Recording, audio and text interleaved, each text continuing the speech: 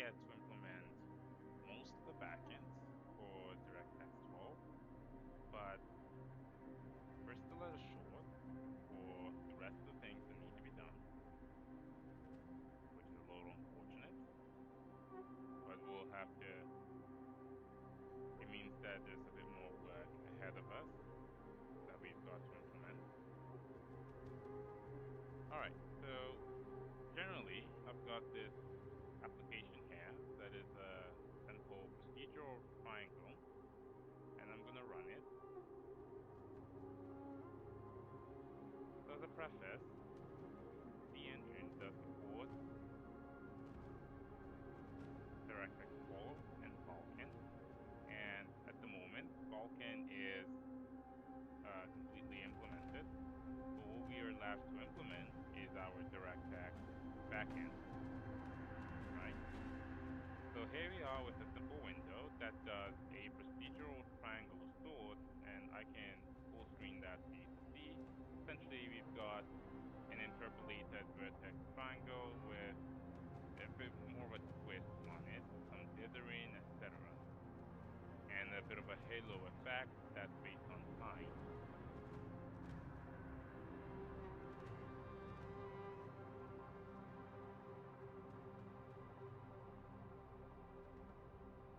Okay, with that being said, we can now, what we're trying to do is basically port the engine to use, well, we want to finish up the DirectX 12 implementation, which will involve some porting of sorts. Essentially, we want to implement data, want to implement the actual command list submission, memory allocations, etc. And that would constitute the DirectX 12 implementation. We're just adding that in. We're just adding that in addition to our Vulkan sort of graphics backend. And without further ado, let's get into it. So at this point in time, if you go to the device layer, so the device layer has a bunch of things, and the architecture of the engine right now is that we have a foundation graphics layer, and then we have, and that graphics layer implements the abstraction for talking to graphics APIs, whether that be DirectX 11, Vulkan, OpenGL, etc., whatever the case may be. And essentially, the idea or the goal is to, the goal generally is to be able to swap out or have multiple implementations and be able to hot swap which one we use, whether at editor time or runtime or whatever the case may be. And then we implement the actual backends themselves using dynamically reloadable libraries, so we can hot swap them. And right now we've just got Vulkan, and I'm trying to add DirectX 12 support, or at least finishing it up, and that's why I'm on stream today. So hopefully that gives a bit of a rundown on what we're working on today. And before we continue, I'm just going to reduce this.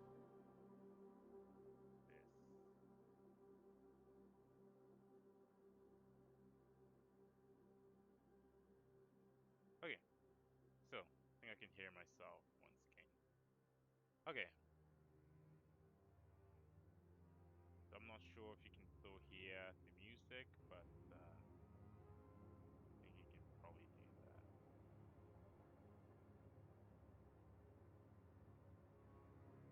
Okay.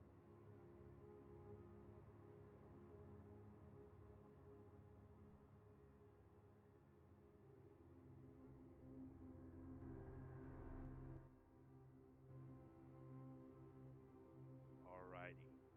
Okay, so generally, the device creation is more or less complete.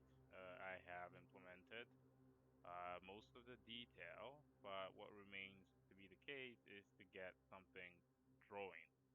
Now it does compile, so that gives us a good baseline for when we add things, if things are gonna break or if things are not gonna break, that sort of thing. Okay. So usually, and I'll just do something very quickly.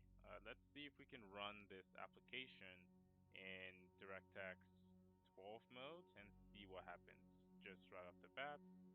There's this top thing here that I can change that will basically give us D3D12. I can just edit that, and if I run it, well, let's see what we get.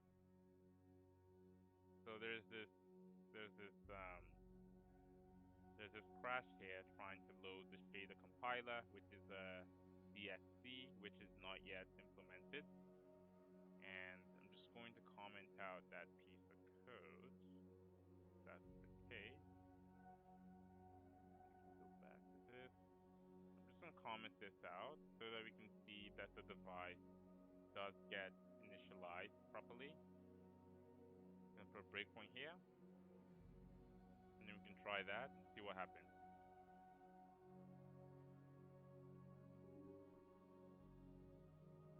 Okay, we encountered an error. What is this? Size in bytes greater than 0.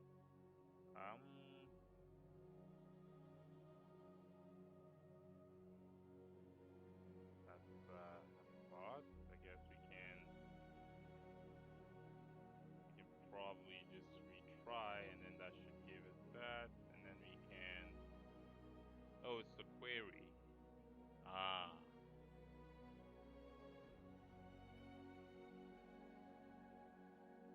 And the error was that the query size had to be greater than 0.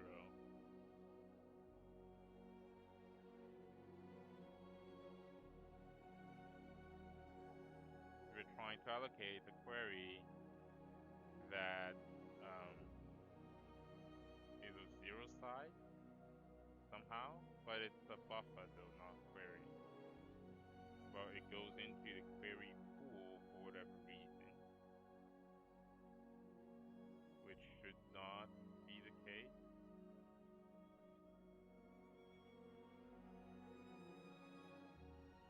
Okay, resource description.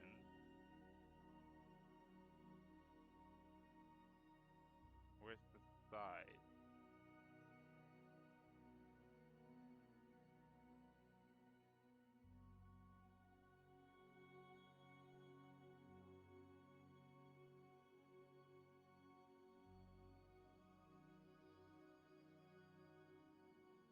And it should be the width, should it not?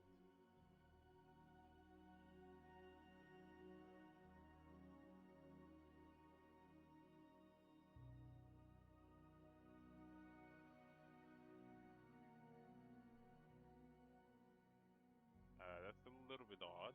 Let me double check what was the...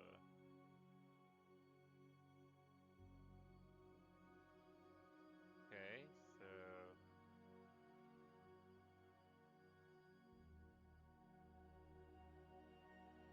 size in bytes is not greater than 0. If I go to the call stack, that it's 0 here, it's 0 there. And where does this get set? Because I don't think we ever set this sort of thing anywhere. The allocation info.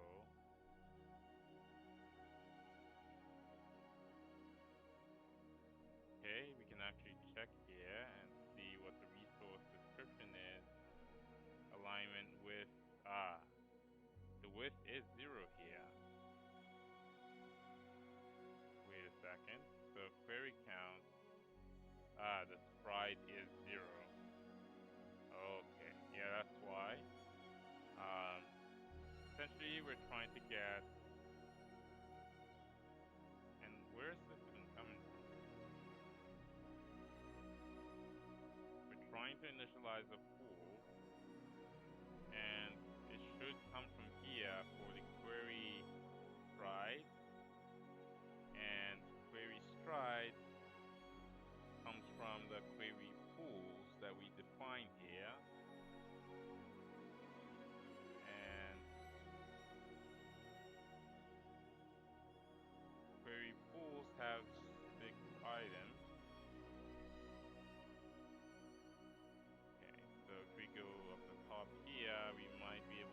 at where we add things to the query pool.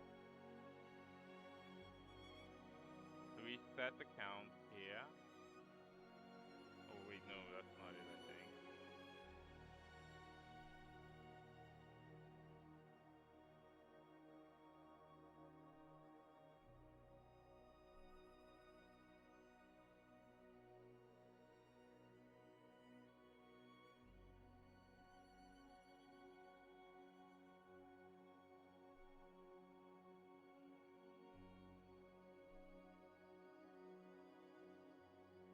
Okay.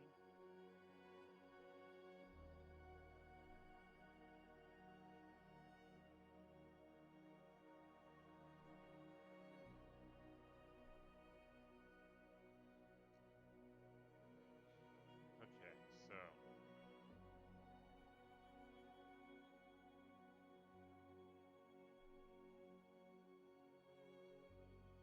set counts creates one for each query type.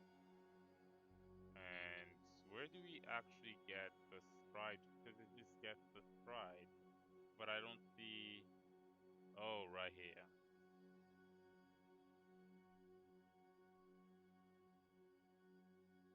And I don't see where we set this to anything.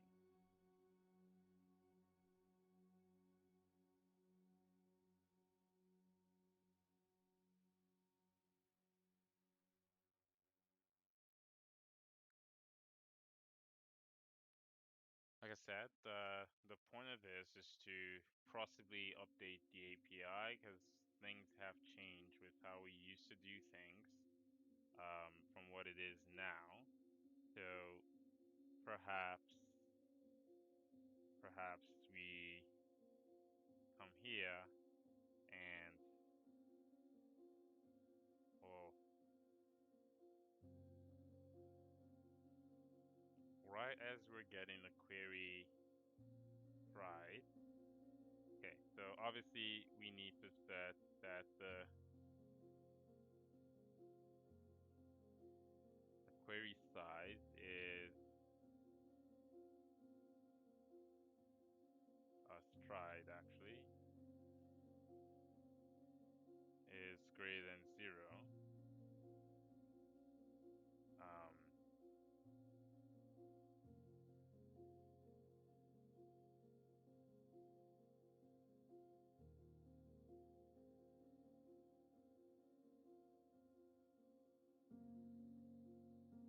so we need to check that the query result stride is indeed greater than 0, so that we don't get into that breakpoint or into that assert. And I'm just gonna assert here just to see what it looks like and who's calling who, which would be right here.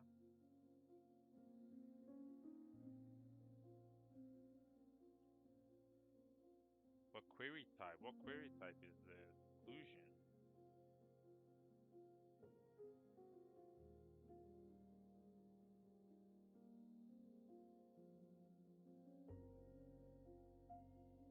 Okay, so if we go to, so right here, it's been a while since I've taken a look at what we did here, but the count is there, just that the stride is 0. And where do we allocate things is right here. So we allocate it here, but we only pass in the pool information and the device to the pool information, I think. What?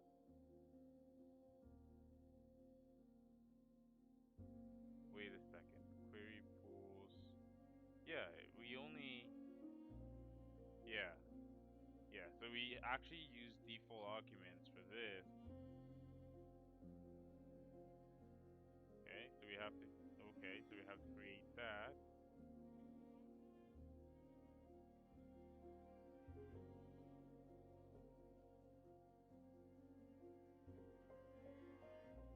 Okay, and this comes from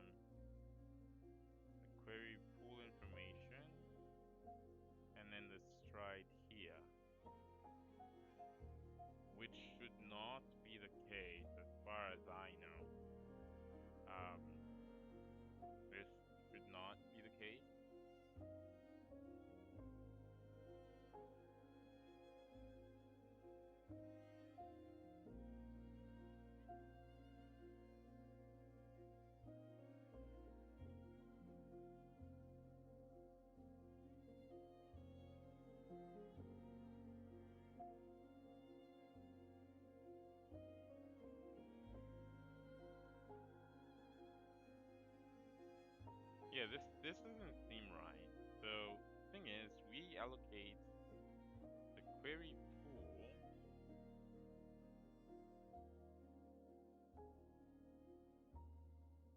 Hmm. Is there a way for us not to call this function and try to retrieve it from here? Because it's not supposed to be in here. This is the query pools, and we're going to do the same operation on the query pool. It should not call this function.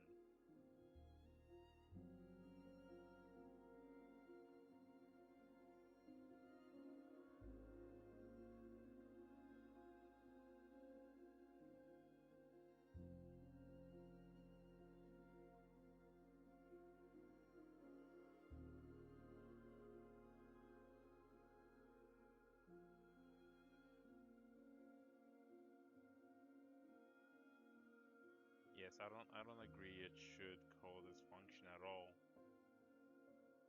Because the thing is, we literally just initialize this. Obviously the result stride is going to be 0. I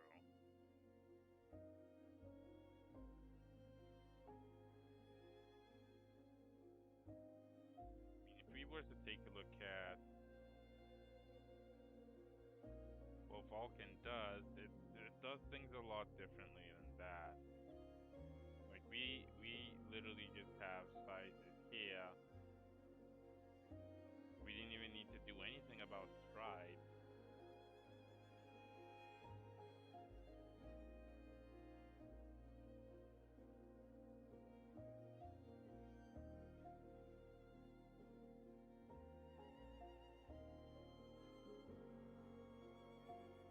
Let me see if I can pull up the reference document for.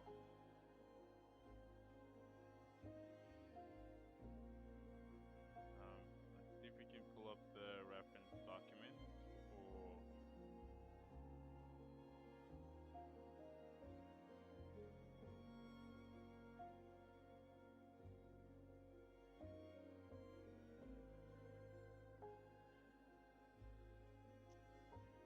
Let's see.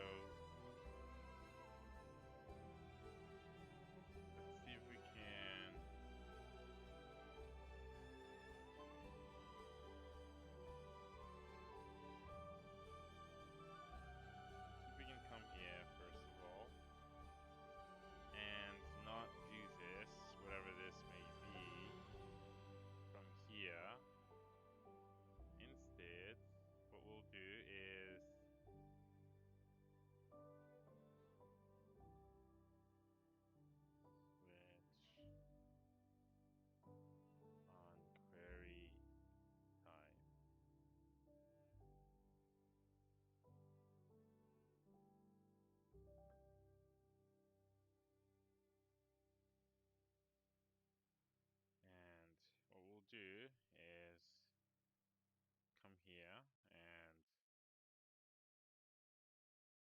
let's copy all of that. And then we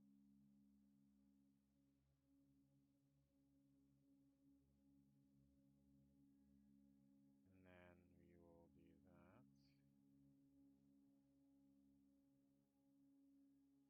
I think this should be, it should just be integers if I recall. It's either there or not there, that sort of thing.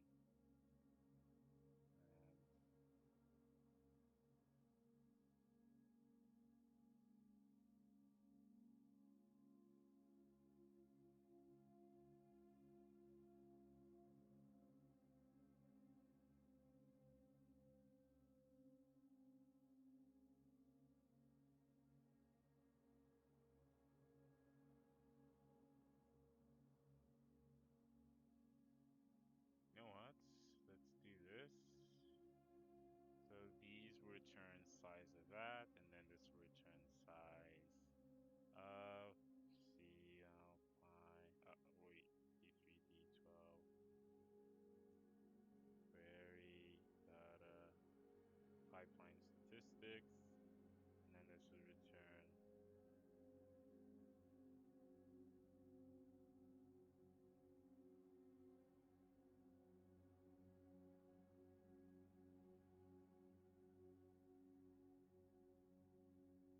I think this should be this one.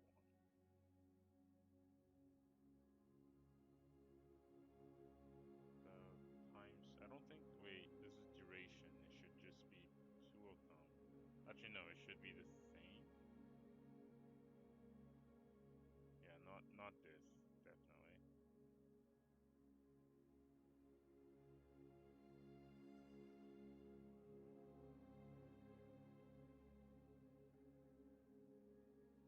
Yeah.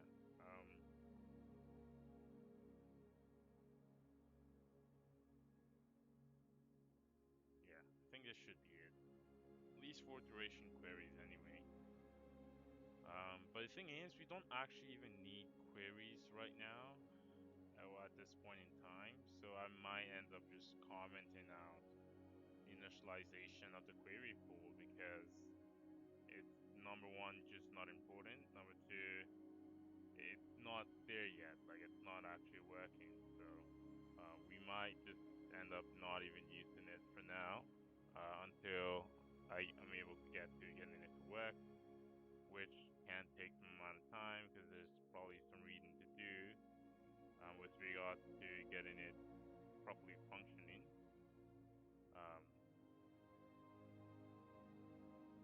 Anyway, let's move right along. So that should hopefully fix that issue with that.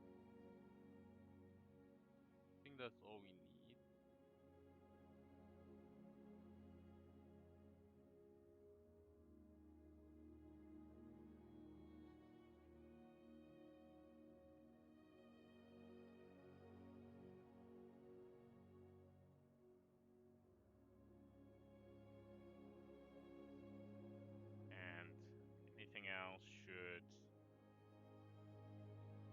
And anything else should probably just throw an error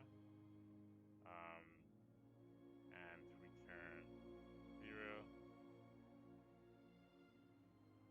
And then this should be the default case not implemented. And we can format this.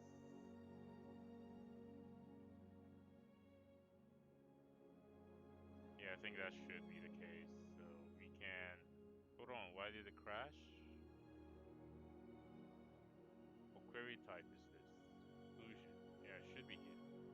You know what? Let me just rerun this and see what happens.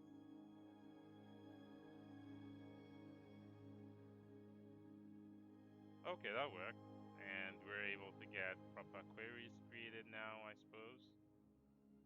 So you'll observe that we were able to create the device and just right here.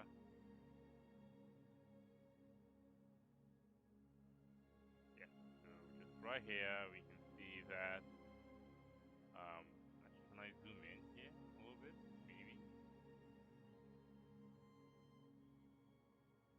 you can see that we were able to create a device with feature level 12.2. Again, we're able to create our graphics, our compute, and our transfer queues, etc. I'm actually on a laptop GPU at the moment, so that's what we're working with. Anyway, so that should have fixed that issue with that, and I'm actually going to commit the changes. Let's see here.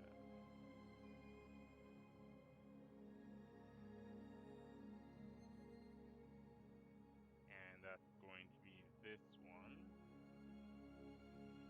The graphic fix invalid.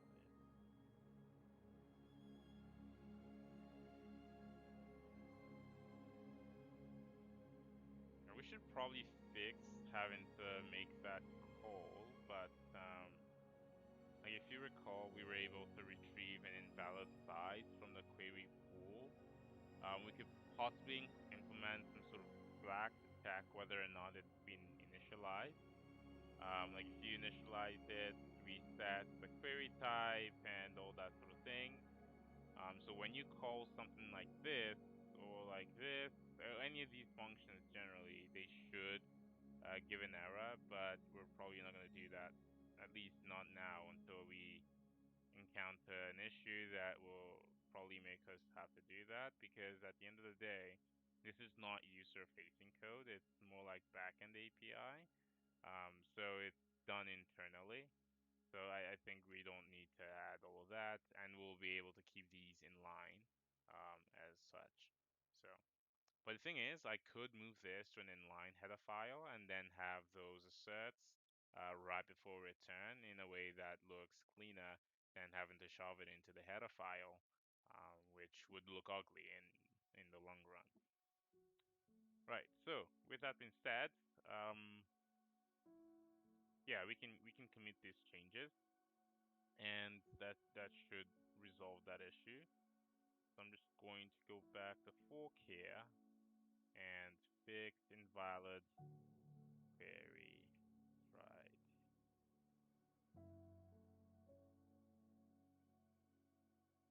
Yeah. So we've pushed that, and yeah. So where we so right now we've got the device working, and we've got the query queues working. Right now, what we do need to implement is, well, buffers, because this application actually creates a few buffers, and we can possibly we can possibly let it run and see what happens. I don't know what's going to happen. Like if I go back to the procedural, you know what?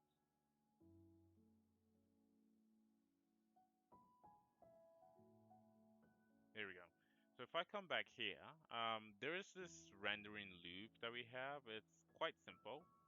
So we have this rendering loop where we begin a frame setup, create an off-screen texture, do some stuff to the texture to draw the triangle, and then bleed it to the swap chain. That's the way it works right now. What we could do is we could comment out this one, and it will not add it to the render graph, and we'll see what happens when that runs. I don't know what's going to happen, but let's check it out. That way we can check, because these two passes can run without the shader compiler, and I'm gonna remove that safeguard, and then let's see. And we've got an error. Unable to create swap chain. Okay, I guess this is our new sort of error here. And if you go to the stack, is there something that's null, or is the swap chain description just not good enough?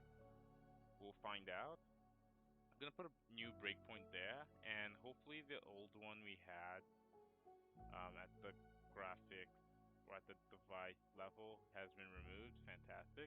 So we've got this new breakpoint that we'll work with, and we generally just want to create a swap chain. And well, let's check out what that does. It goes into here. It's a thin abstraction in such a way that you don't have to, you don't have to go too deep in order to find where things are initialized or that sort of thing. So right here we've got our device, and we create a DXGI swap chain. Let's check it out. So native window, is that correct? You know what? I'm gonna put a breakpoint here and then rerun the application and see what happens.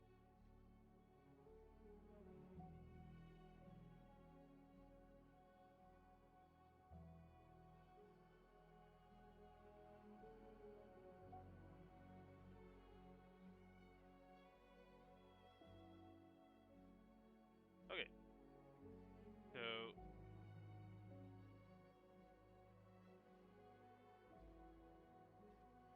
check it out. So this, let me see if it works up till this point.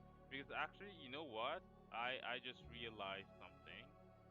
We're supposed to retrieve the actual 8-wins or the actual window from SDL, and I think that is the problem. That is likely the problem. And where's my step in button? So if you come here, this should be garbage. This should be garbage. And if we look in the logs somewhere, we'll likely see it.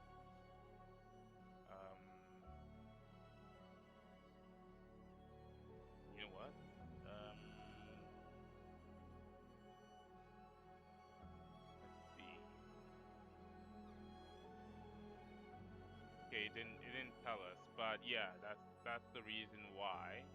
So we have to retrieve the actual window from SDL because we're using. Okay, so initially we used to have our own custom platform implementation for Windows and such and input, but we migrated to SDL, which handles Windows and inputs much better.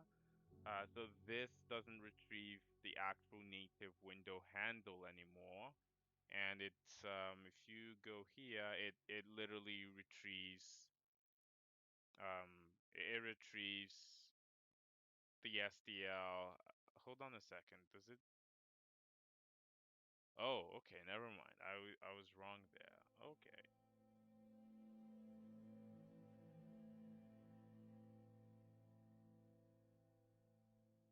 Well, I thought it retrieved. Wait a second.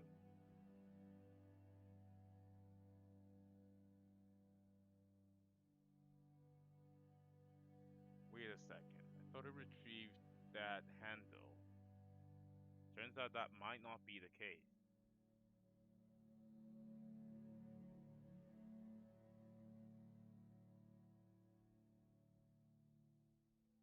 Okay. All right, so it's just okay. Okay. Yeah, so it just retrieves the 8 wins or the window handle, and then in other backends it will. We don't actually have macOS running at the moment, but yes, for this one it should just retrieve, and we could probably retrieve this as well. But for Linux, we do retrieve them separately because we return the raw window handle, which is okay. Um, okay, that's all right. And I think, and I'm guessing that we do this currently. We go to, where is the swap chain thing that we were looking at just now?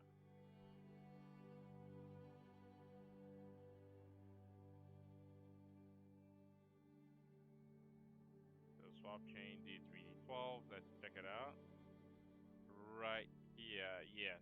So it does retrieve the proper window handle, so that is not the case.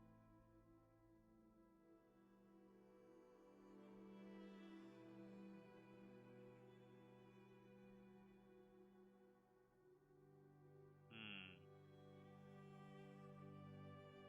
perhaps we need to,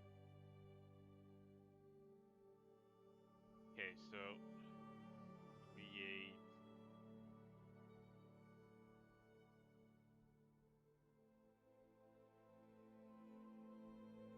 what does this require? I thought this worked with factory too. Unless the command queue is wrong, which should not be the case.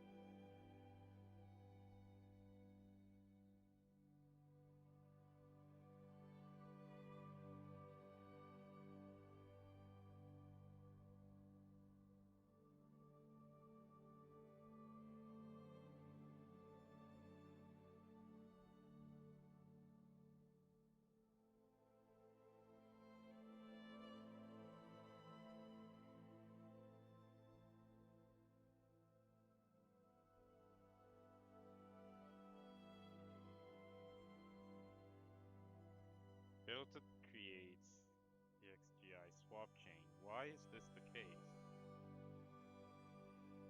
And then if we proceed, what do we see?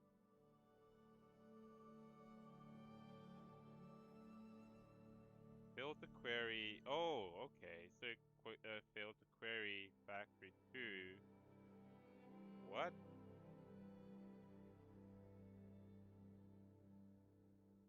What? That that should not be happening because that should not be happening. So we're doing something wrong there. Get the XGI factory. Yeah, something is not right here. Yeah, this is factory 4. Why are we querying this? Why are we even doing this in the first place? This should not even happen.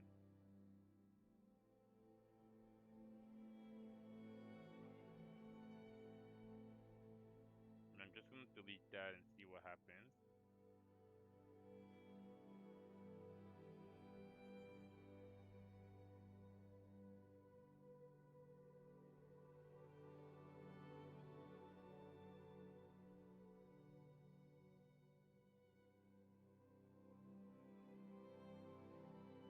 Yeah, I think this comment is now invalidated because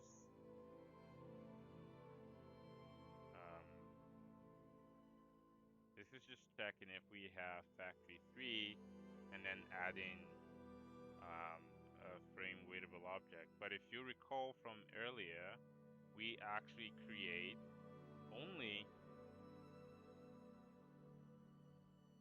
we create a DXGI factory 4. And I think this was from the D3D 11 days where we used to do that sort of thing. So we don't need to do that anymore. So we can actually get rid of this. And this is just not applicable anymore. We can get rid of that. And yeah.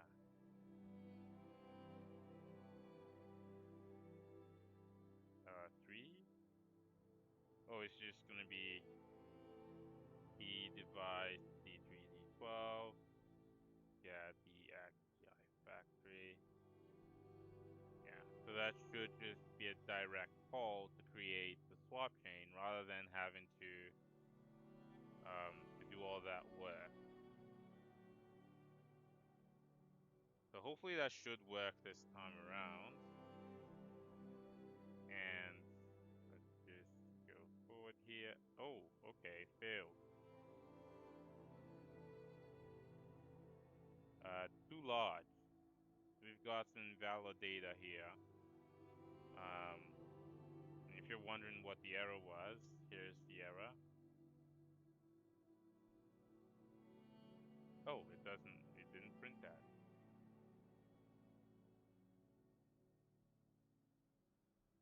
I'm probably not going to zoom in, but essentially we've got the width, the height, or the depth array size is invalid or too large. If we go to the swap chain description, we don't. Oh, we're passing in invalid values somehow. What happened to current size? Why is current size broken?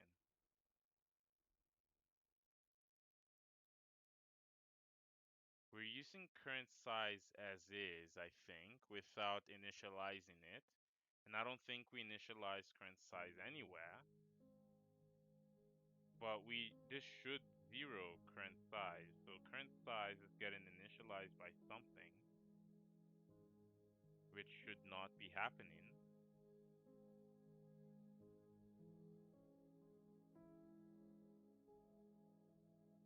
This should not be happening.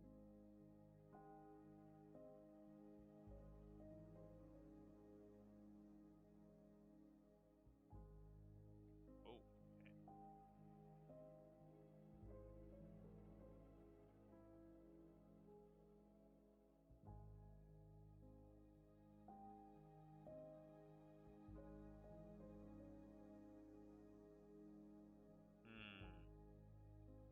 Yeah, current size isn't getting assigned something anywhere. Oh, right here, but that's in resize. Should be here, should it not? Full screen mode, frame latency. Yeah, we don't even. Why are we even doing this? So the point of this is to have um the actual size, but what we could do is we don't even need to do any of this. All we've got to do is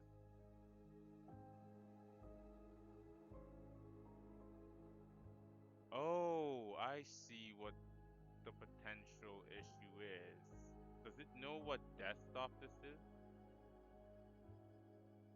Like, we're trying to get a different desktop, and if you recall from our digital triangle, I did update it to go to desktop 1, because that's my external monitor right here. So it should go to the other desktop and not. Okay, so okay.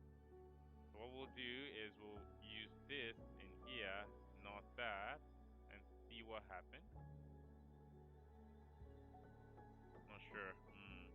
Well, we'll see what happens with that, and we'll continue. Uh, so we'll just step over, and we crash again. Still too large. Must be less than 2048. Blah blah blah. Okay, so let's see. Well, this needed to be fixed anyway. Right now, it's for the actual wrap.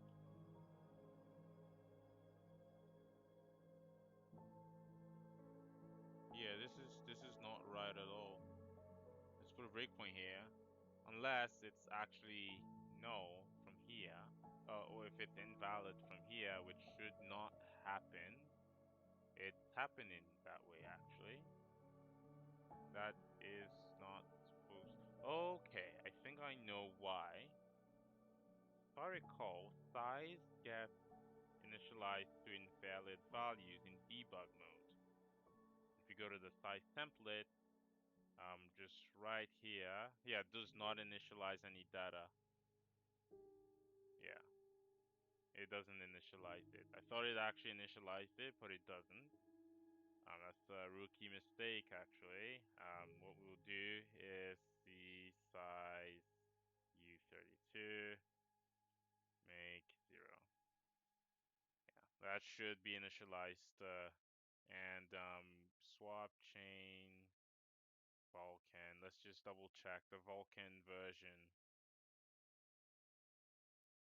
It doesn't even store current size. Okay. Well, that's alright. Now we know it doesn't initialize it, meaning it was skipping over this, which wrecked it, and thankfully Successfully, we've now got that fixed. So we can now redo that and see what happens. Oh, we've got an error. Is this an include error?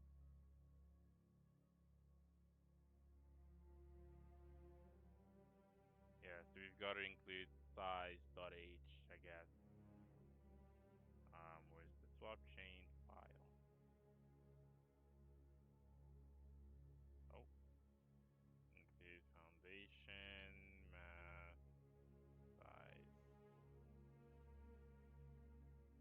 There we go. I should hopefully get that. So we just rerun that and see what happens. Wait a second. What's going on? Cannot cast from size to what? Oh right, I'm sure. Oh, okay, I know what the issue is. We don't need this. It should be size U32. Where'd the current size go?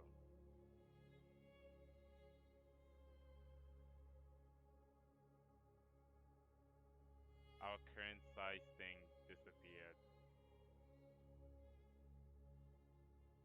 Where did I put that? Right here. Oh, it was in the swap. Oh.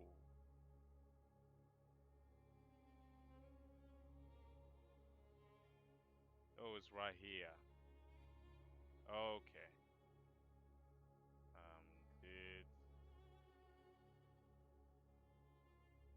foundation math size. Yeah, so so that should work now, I think. You know what? I should actually read the error message. What is this error? In the base swap chain class,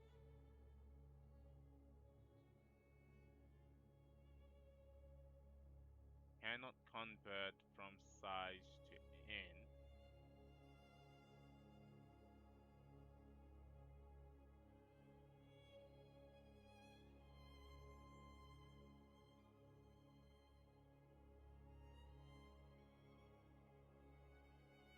Oh. Does it mean we've never called this function before? Yeah, we don't have a constructor for this. Oh. That's odd. Oh, well, that's good to know. Well, like, that's a bug in our actual API. You don't usually find a lot of those. Yeah, I never knew that this was broken, but, well, now we know. Guess no one actually called this function before, but yeah. It's gonna take a while to compile, but it should only take a moment.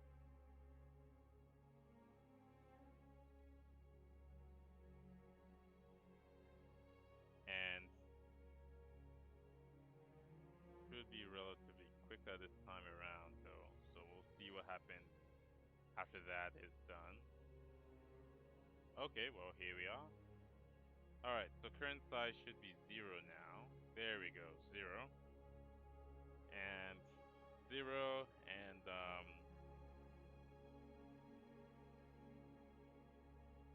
okay, so let's walk through it, see what happens. So we go in here, and then we go into the else case, and then we're able to retrieve the rect, which is correct. And then that becomes our current size, perfect. And then we can continue on with correct values for the swap chain now. And I just think that should work. There we go. We're able to create a swap chain, no errors. And I can remove this debug thing here. Fantastic. We were able to, oh, okay. Well, we had one error here. I'm not sure why it's not printing to our console. It's only printing to the Visual Studio debug output. It says Set maximum frame latency must be between 1 and 40. What are we, what set maximum? Okay, so right here, is this another uninitialized thing again, or this happens after we create the swap chain? So we can, again, do the same thing, come back here, see what we're working with. It is 0. Oh, right. So this should be 1.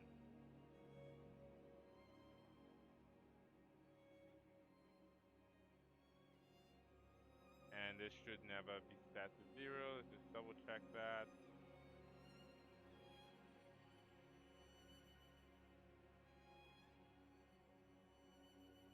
So it's an unsigned integer, so it can't be equal to 0.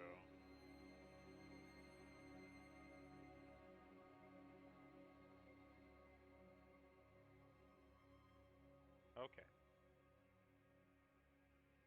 So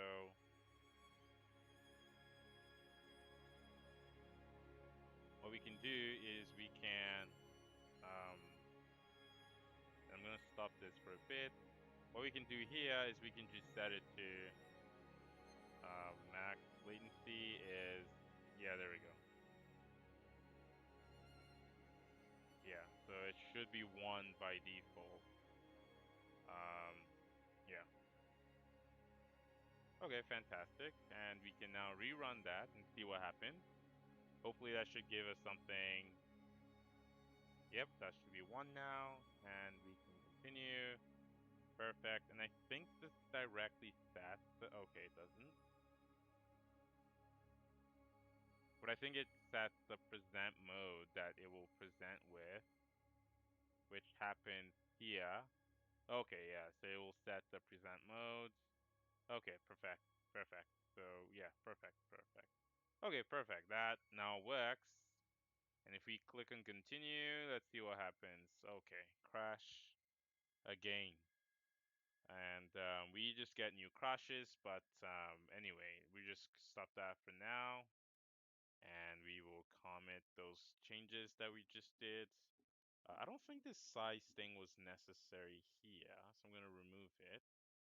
And I'm going to add that. And this was for the swap chain.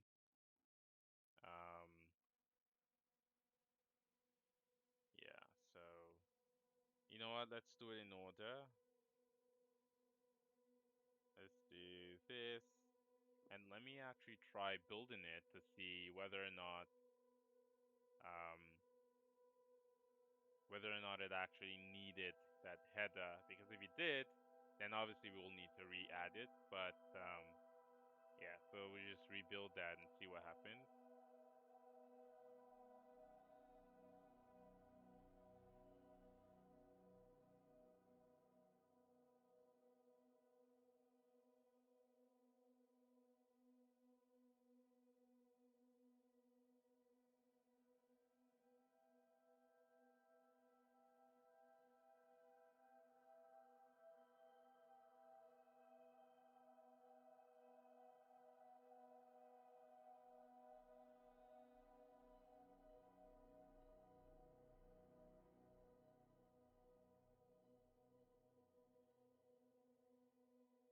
Well, looks like that worked.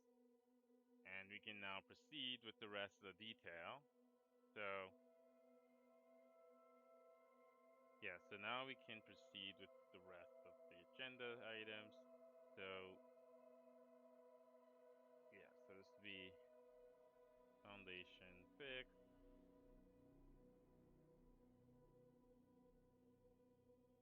So this fixes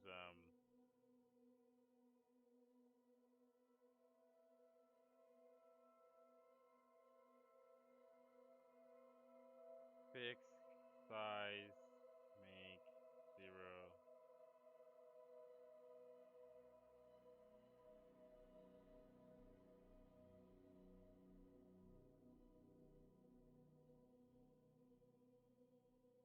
Yeah, so we just do that, and then what else did we do here? Well, we fixed the latency thing, and that was for that.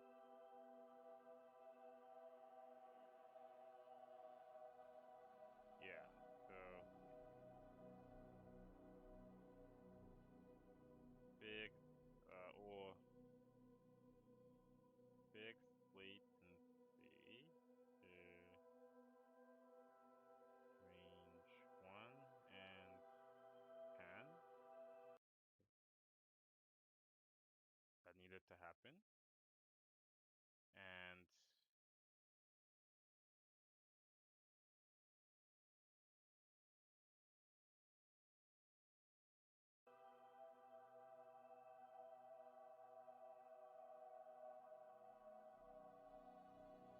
right, so fix that to 1 and 10. And we also fixed the this desktop window. So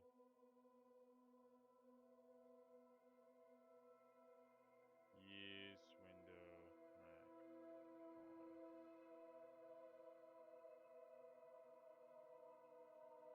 size detection.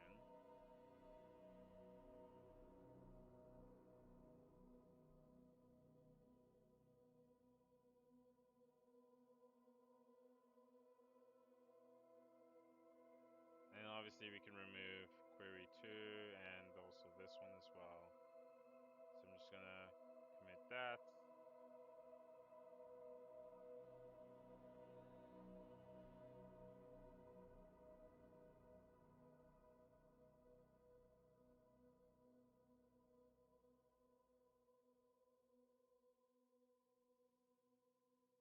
Okay, fix swap chain.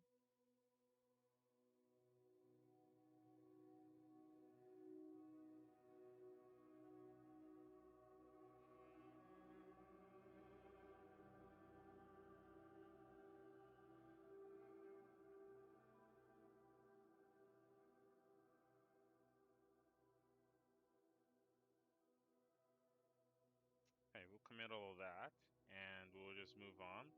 So earlier we had an error with create and commit a resource somewhere. It wasn't immediately obvious what the problem was. So let's just rerun it again and see what happens. Again, you know the drill. We rerun, test, recycle. That's how things work.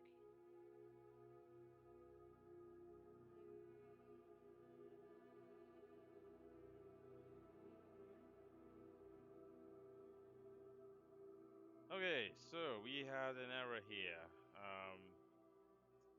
Initial state, copy destination. Buffers are effectively created in resource state common.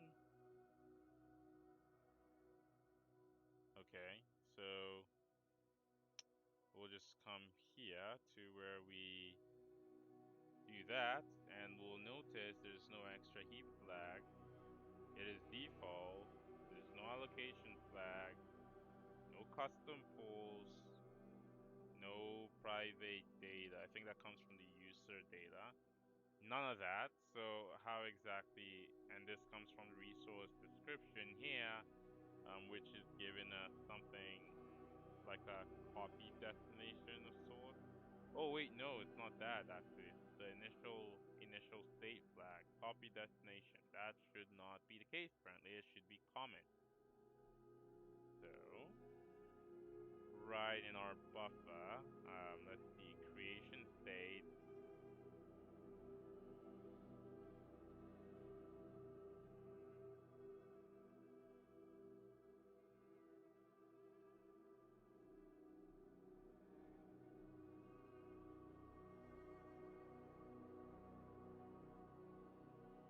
It says buffers are effectively created in common states. Is this true?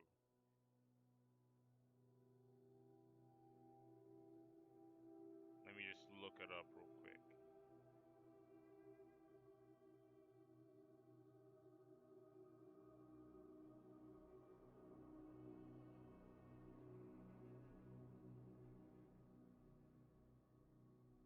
Okay, it turns out the initial state is indeed common, and then you'll transition to a different state for GPU operations.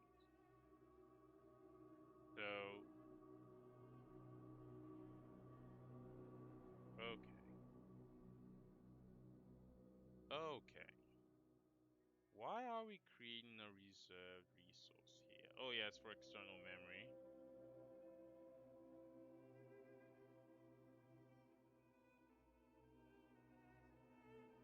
Yeah, so we're not at external memory level yet, so we'll come to that at some point later. Right here is where we create the actual buffer. So what we're gonna do is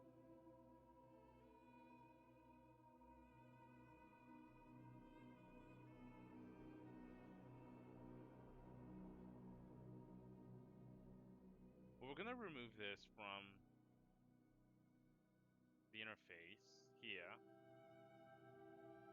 and there's no initial state. So this is our API for memory allocation, and well, I guess from here we don't have initial state anymore because apparently it's always created in common state. So there's no need to have that there, and then this should be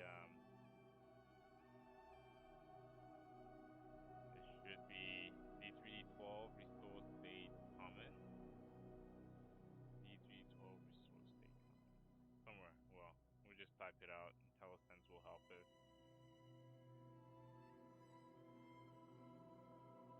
State common. There we go. So it should always be created in resource state common. So what do we do with that creation state that we do return from here? I'm gonna do that, and I'm gonna remove it from here as well, so that we don't get any more conflict. And then this has been set here, so this should not be that anymore. It should just be okay. So if we need to upload an initial data,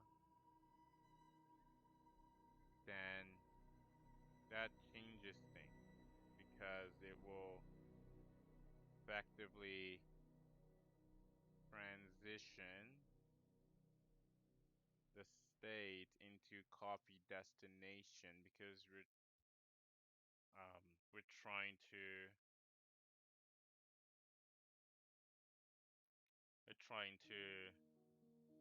fill it with some initial data, which requires a staging buffer resource. And so we will copy it, or we'll map a pointer to a staging buffer resource, and then we'll write to that staging buffer, and then we'll copy that staging buffer on the GPU to our actual buffer, because our buffer is not a dynamic buffer, and we enforce that dynamic buffers can't be filled with initial data generally, because we don't allocate data for dynamic buffers right on the host or on the CPU. We don't do that, or on the GPU for any matter. What we do is in the actual command list itself, it gets actually allocated from a pool of dynamic buffer resources. So it should make things a bit more efficient in that regard. And yeah, so that is the major problem. You know what? Just right here, we can also get rid of this copy source, because this is for the staging. Is this for the staging buffer? I think it should be. Yeah, so we are creating an actual staging buffer for this, but I would assume that we could generally just use. So we've got a staging buffer pool for D3D12. So we've got the staging buffer pool that you can literally just allocate from and not have to do all of this.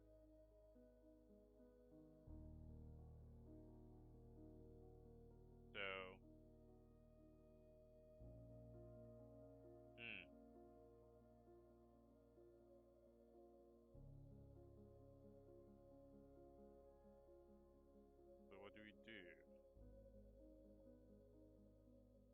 this is creating an actual command list allocator, creating a command list, and doing all that work, which should not be the case as of now. So we need to migrate the buffer implementation to use the new semantics.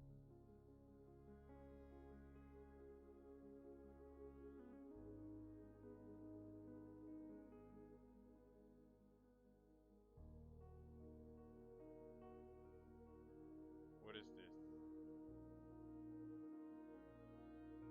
So this can be simplified because this object cannot exist without a device. So this is redundant to check if the device is active before releasing the resource.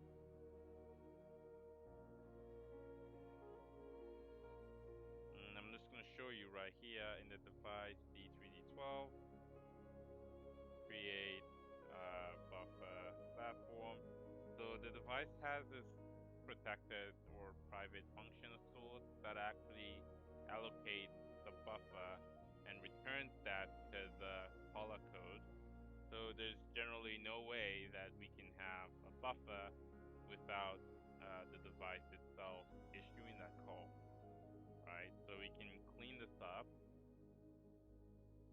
and then migrate this whole thing to use the actual staging buffer pool and such. So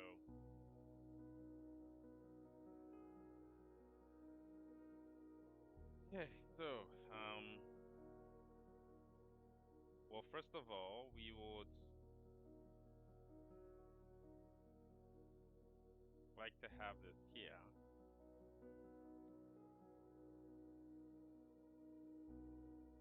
And actually, you know what? One thing I just realized is it's calling the actual release, which should not be happening because we don't know if the GPU is still using this buffer. So you don't just release the buffer immediately. You defer it to the device that will synchronize it across all the command queues and then delete it when it's actually no longer in use by the GPU. And this should be this one right here. Oh, wait a second. Wait a second. Do we not have overloads for... I think we should have overloads for that.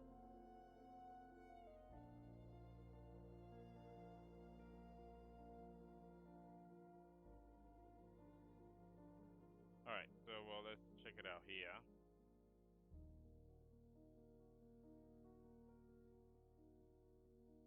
This is for a single object, which should be fine. We should have one for... Yeah, there we go.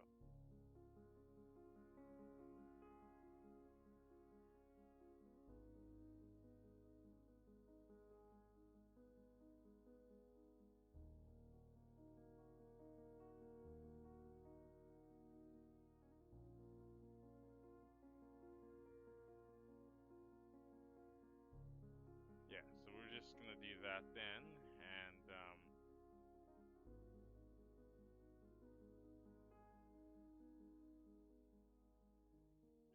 for the buffer allocation as well.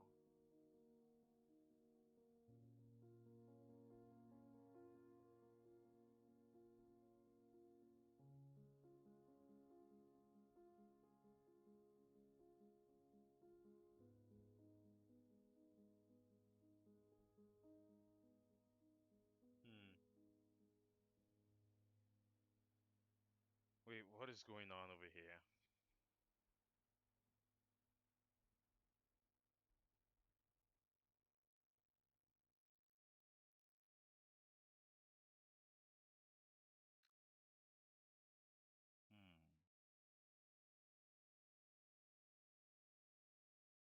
I unknown, not const qualified.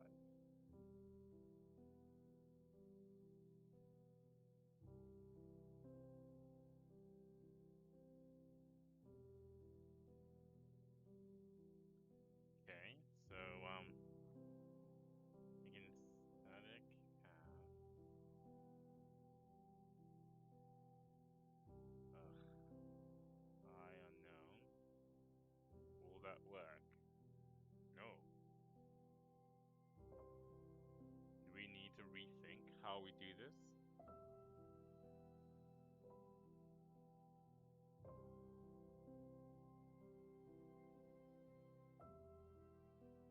Where's the sampler resource? Let me double check. I think that has something we can probably reference. No, it doesn't have anything. That is concerning.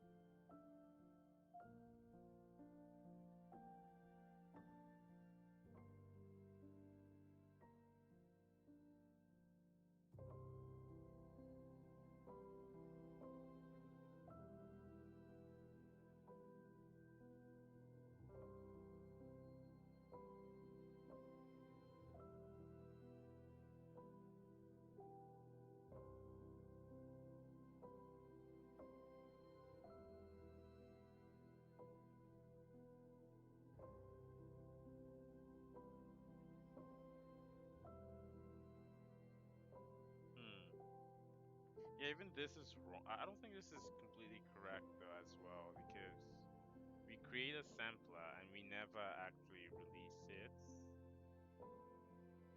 which is not great.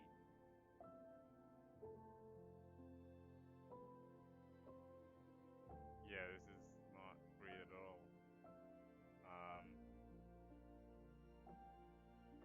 Unless we actually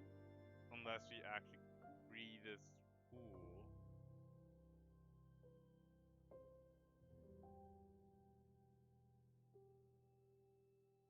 Well, we'll probably worry about this later.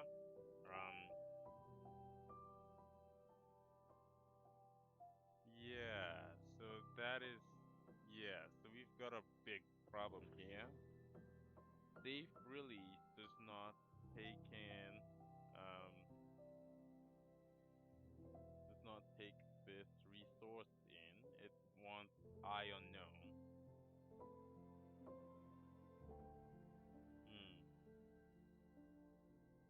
Or do we just have an overload that takes that and then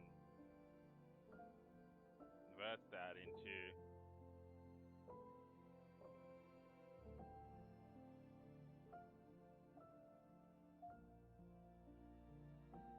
because it should take resource here. That's the, oh, oh, oh, right.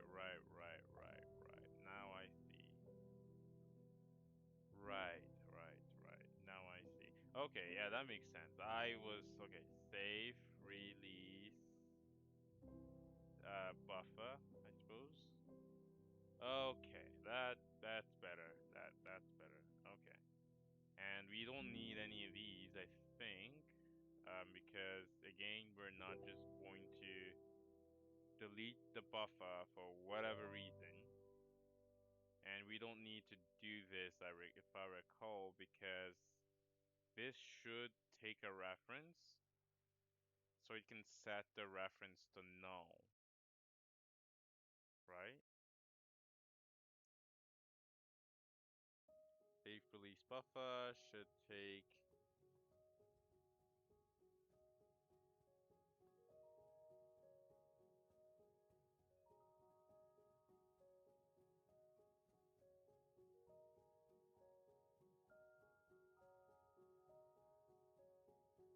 you know what?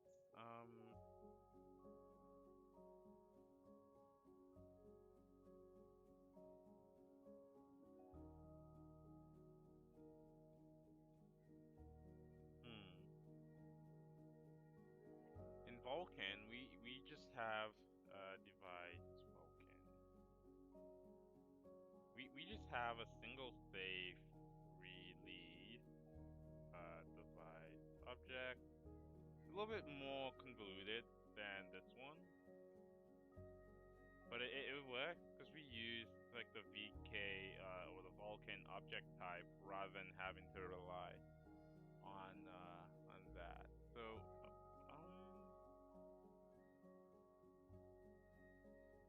I'm not sure if we should stick to the same semantics or yeah. So yeah.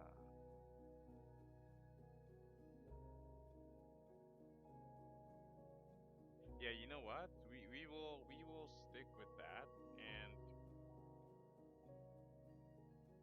I'm basically going to save this as well.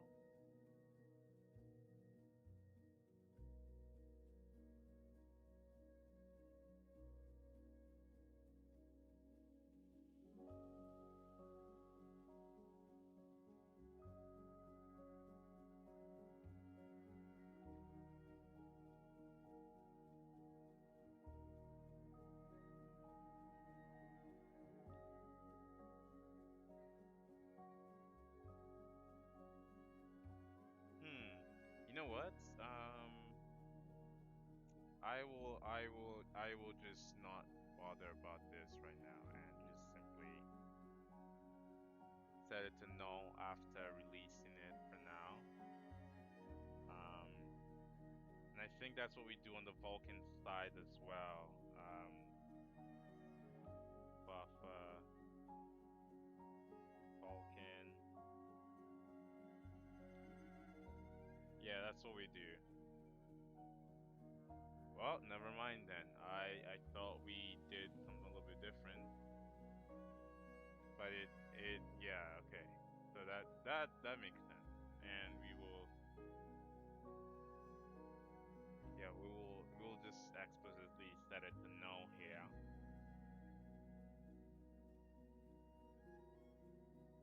Although you can argue that um the Vulkan version gives us opaque objects when we move the buffer, like it will actually clear. It should clear the existing buffer itself, but I mean we set it here anyway, so might as well. Okay.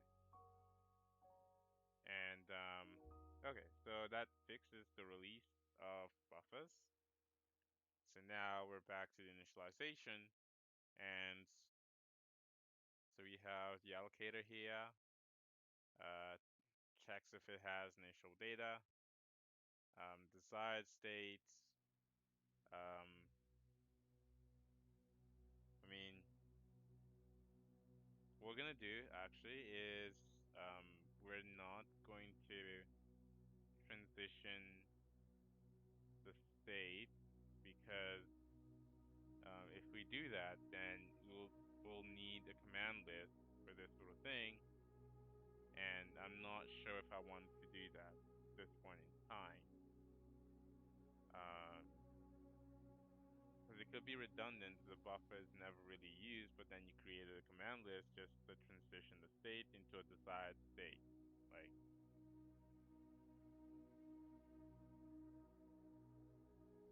okay, so what we'll do, and I can probably close this now. What we'll do is we will simply get rid of this. The desired state should always be common. So this will be a buffer alignment. I'm not quite sure what we'll put as the alignment, but I mean, I guess we'll just leave it at 0. But let me just double check with the reference document real quick.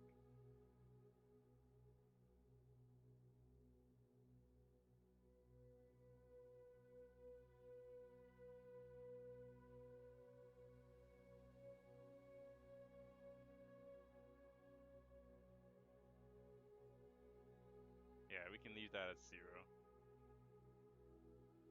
And we just have the size unknown 1 0.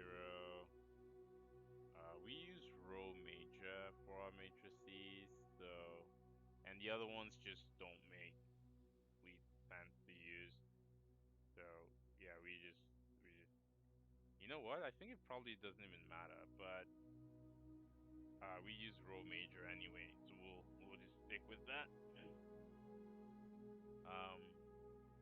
Yeah, we'll just stick with that, and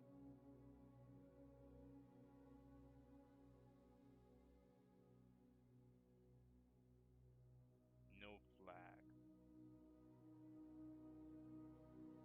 But we do get the resource flag from here. Essentially, you just check, is it unordered access? Then, it would be unordered access here.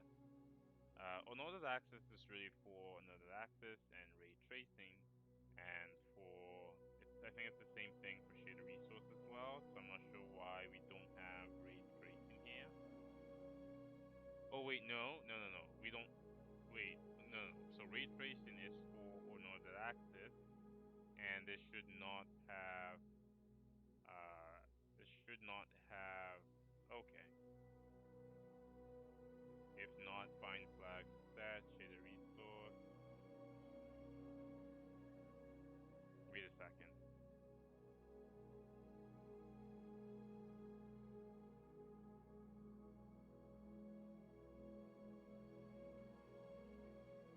I think. Okay, so I think there should be an and here. So if the shader resource, excuse me, if the shader resource flag and the ray tracing flag, wait a second.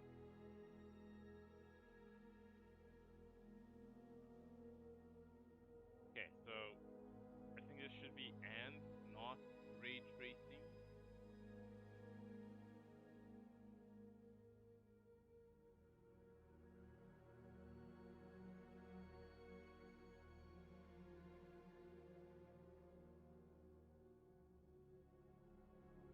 Yeah, so I think I'll just do that. And not find flag.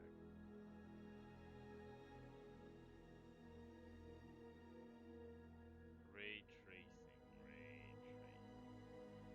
That's when we will deny shader resource, and we'll allow it if we'll allow unordered access if unordered access or ray tracing. Yeah, I think that should be it. Yeah, whatever. We'll figure it out if there are any issues from that. I'm gonna save that real quick. And we don't have external memory implemented in this sort of thing yet. So what is this? Desired state. Yeah, so this doesn't exist anymore. Yeah, so wait a second. If is any set.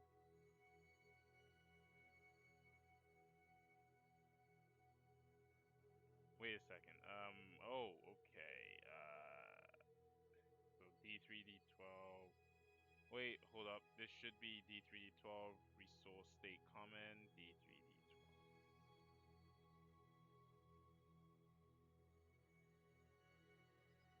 I think it should be common. Should it not?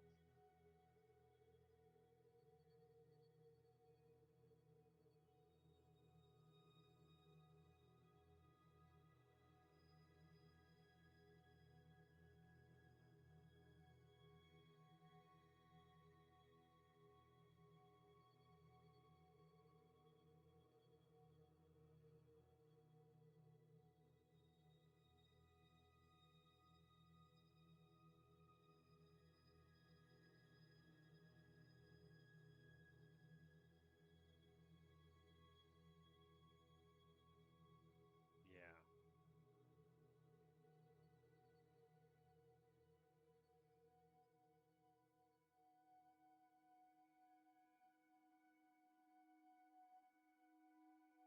Oh, whoa. Okay, what did I just do? Yeah, so sparse D3D12 buffers do not support external memory import here.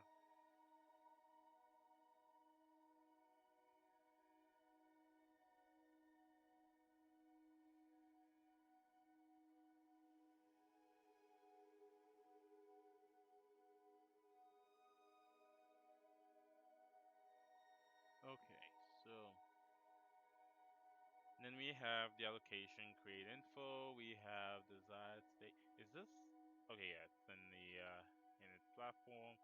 Okay, so we can get rid of this, I suppose. And we just have the allocation info, which we actually don't even need to. Oh, right. Never mind. Okay, well, heap type would be default. Creation state. Well, it will become copy destination, but we don't even need this here.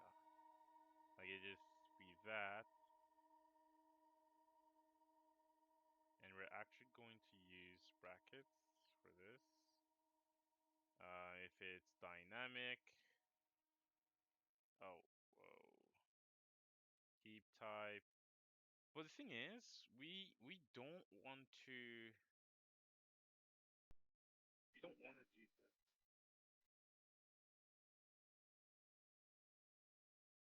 I don't think we want to do this. We should not.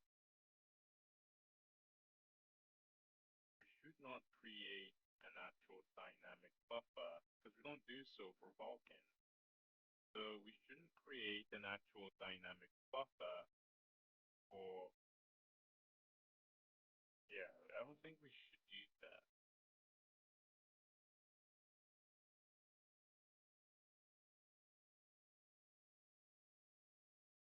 So what I'm going to do is let's see.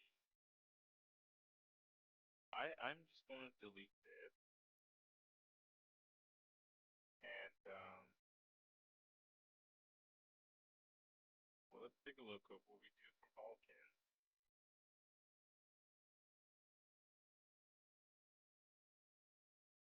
Yeah, so we just the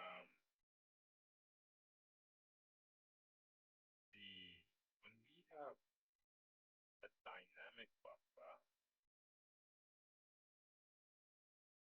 we don't necessarily create an actual buffer for it, and we don't necessarily have yeah. So yeah, we don't have the same semantic generally, and it should not really be a dynamic um,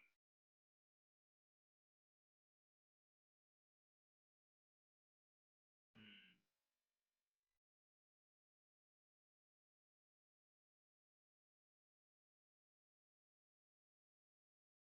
because the thing is, they should be suballocated.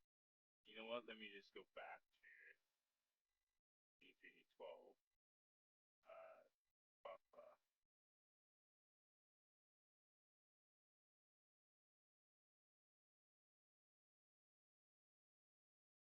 So right here, this this should not generally be. Well, at least I don't think it should be. Um,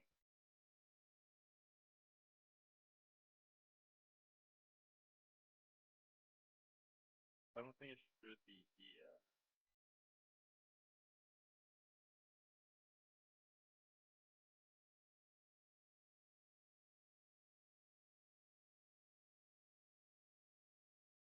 Yeah. So you know what? We'll just do it here. So station dot use this.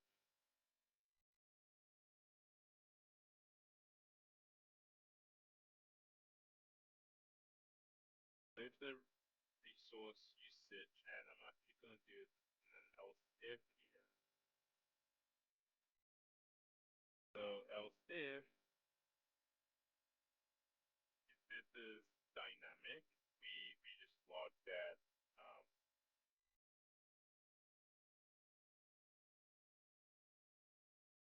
wait, no. We do not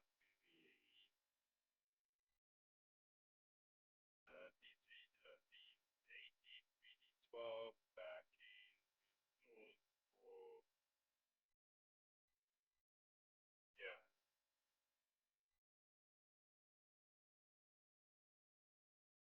so that's good. And I'm just going to put into multiple lines here.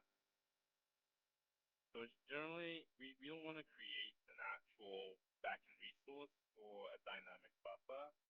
We just simply, inside the command list, and it upload heap, we just suballocate something for the dynamic buffer there, and that way we don't waste our time creating actual resources for dynamic buffers. For persistently mapped buffers or for other types of buffers that actually reside on the GPU, obviously we want to create an actual resource for those, but for dynamic buffers, we just don't. And yeah, that is kind of the optimization here. Um, Obviously you can if you wanted to, because DirectX 12 doesn't actually have this concept of we still try to mimic the whole sort of D3D11 way of doing things, but um, that's where that comes from. If you're wondering. So right now and right here, we can now do something like switch. Actually, you know what? What are we switching?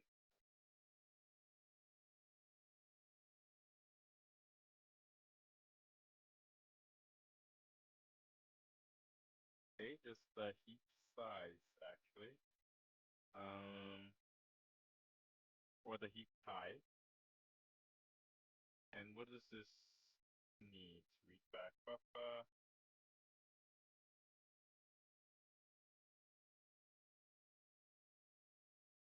Oh, right. Okay, well, well. We'll do it one at a time. So I'm just gonna move this up there, and then obviously this should be above that as well. So we have this allocation, create info, and you know what? Why are we? Okay, part is just the reserved resource. I think that part should be fine. Yeah, I think that part should be fine. Um,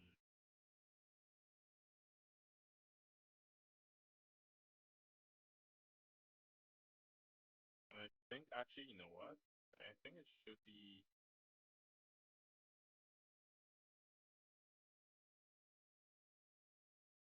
Yeah, I think it should be fine to do this. Never mind.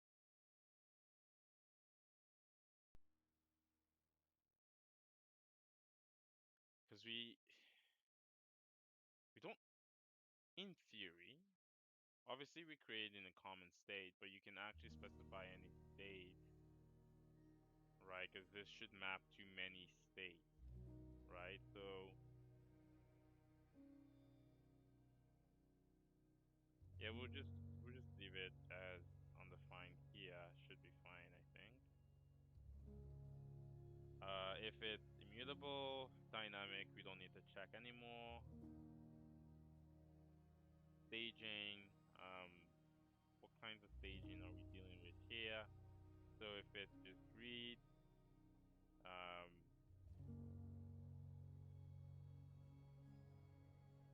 okay. If it's upload, it's that. And how do we know if it's read?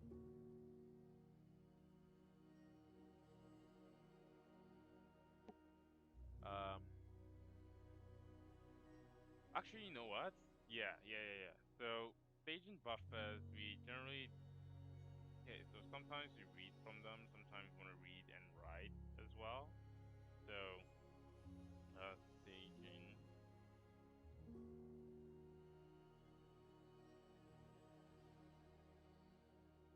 yeah, yeah. This should be correct.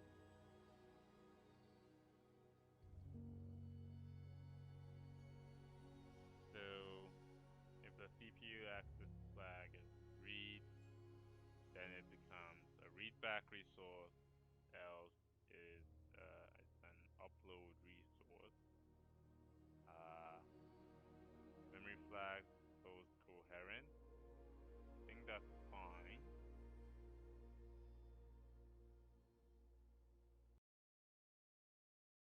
Hmm.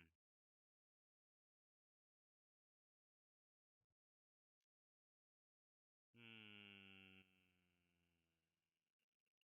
You know what? It could be useful to actually have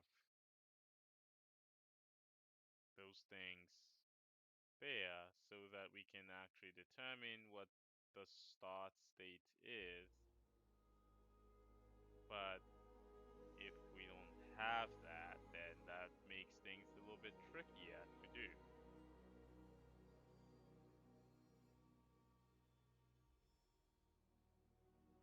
Because this state should be the one we set after creating the actual resource. You know what? What we'll do is we'll ignore this and all of this for now, and just simply get rid of things that don't need to be here, like this, this, this. You know what? Let me put a thing here, a thing here as well, and a few things here. And okay.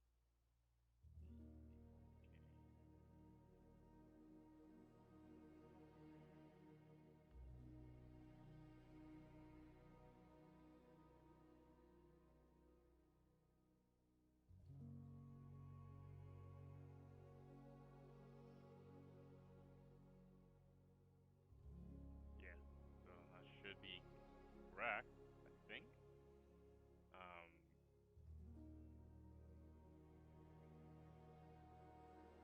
Right, and then what we want to do is we want to check if it's external or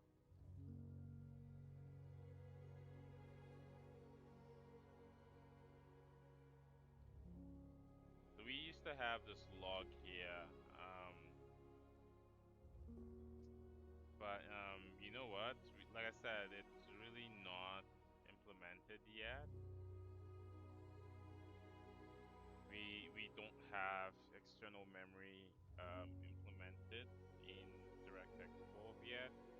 We will at some point, but it's really not something that is maybe even necessary at the moment. So what we'll do is we'll actually move this back.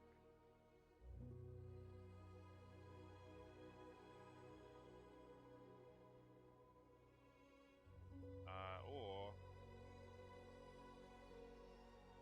you know what? I'm gonna leave it. I'm gonna leave it.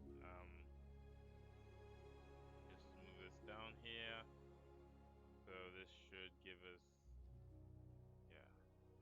Yeah, I'm just gonna leave it, I guess. Oh, whoa. That's not what I want. Okay, so yeah, we'll just leave it.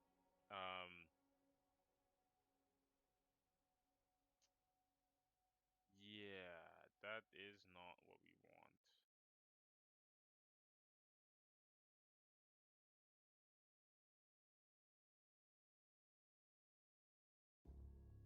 Yeah, we'll just leave that for now.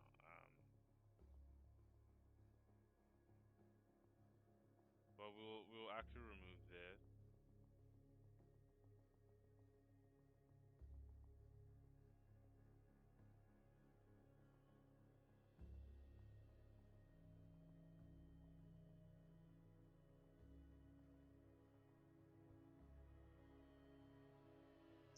Um,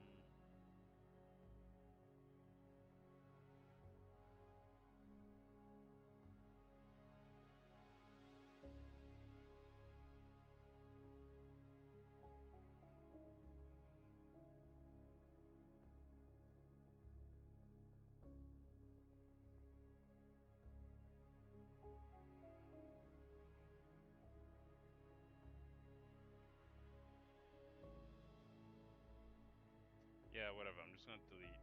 I'm gonna say log.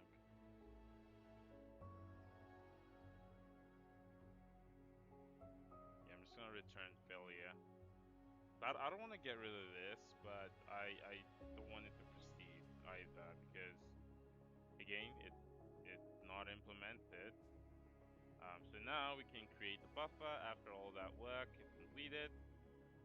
now we can do this.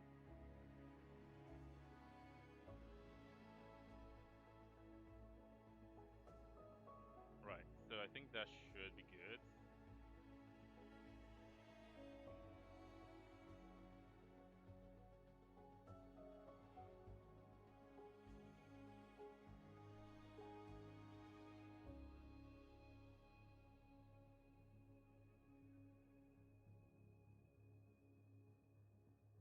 What is this?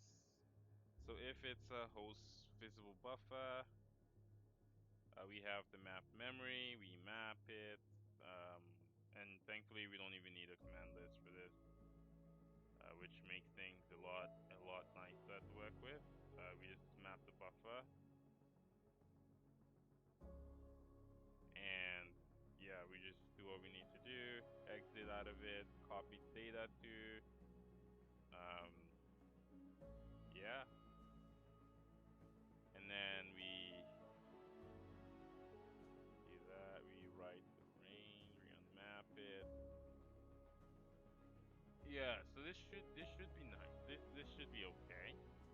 And then otherwise, we actually do need a command list to initialize the, and we're actually going to make this. Oh, right. So this should be.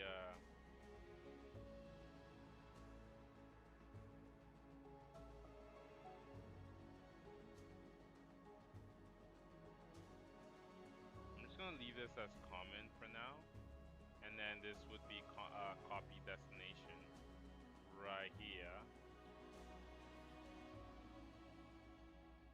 Copy destination. And why is this failing? Final state is, yeah, we can get rid of this. And actually, we don't even need that. Why do we even have this as a function? We can literally inline. Actually, you know what?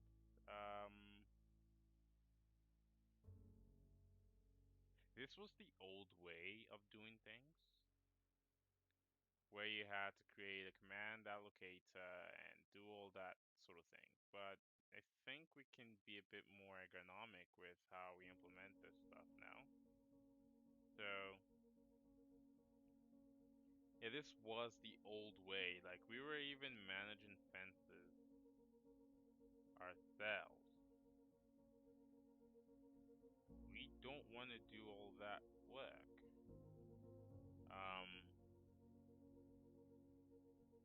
Actually, you know what? Well, we might have to, but bottom line is we can use the command list as is, because this is actually going to wait until the command list has submitted and waited for said buffer. Yeah, so okay, so what we'll do is we're at the final stages of getting the buffer thing properly implemented again, like I mentioned. Let me just verify that the rest of the code is okay. This is buffer. Yeah, this. Well, I guess. Yeah. Well.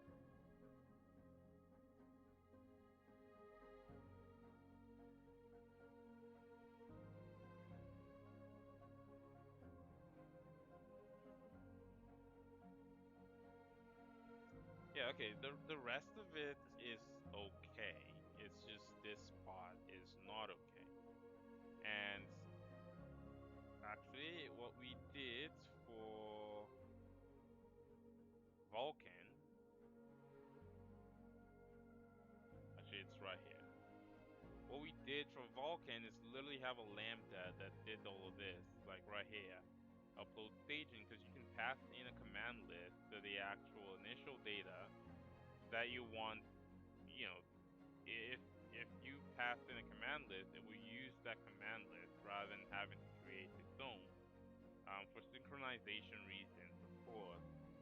And that was the motivation behind this sort of thing. And that's why, yeah, we will end And it should be as simple as this, right? It shouldn't be too bad. And you know what? I'm actually just going to copy this. Set resource state, get resource state, something like that.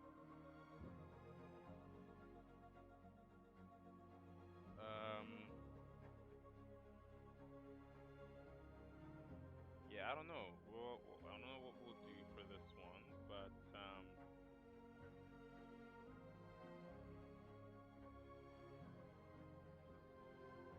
yeah.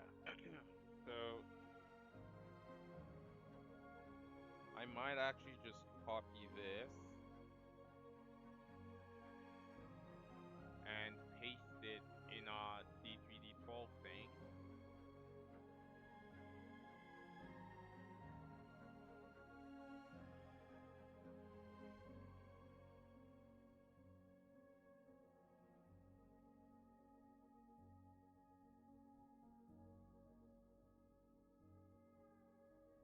By having this here.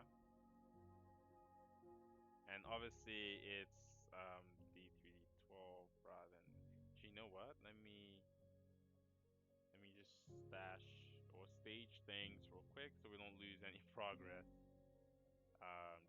Just stage that, stage that, stage that. All right, so right here we just paste that, and then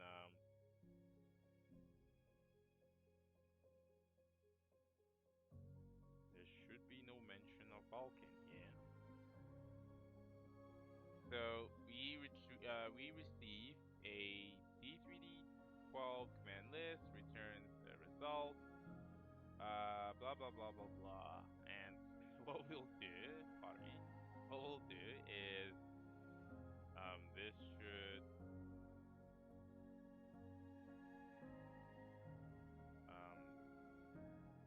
yeah.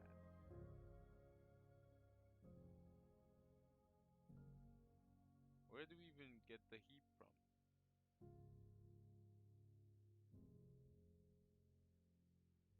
We should generally be able to get, okay, well, let me see what command list 12 is missing.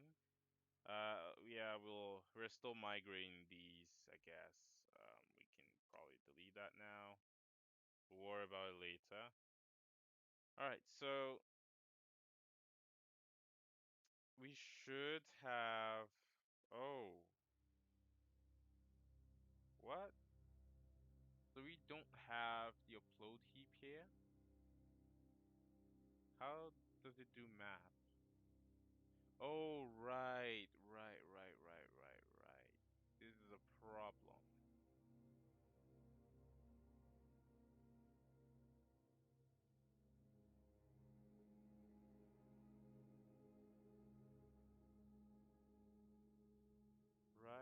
Right. So, yes, mapping occurs not on there. Okay.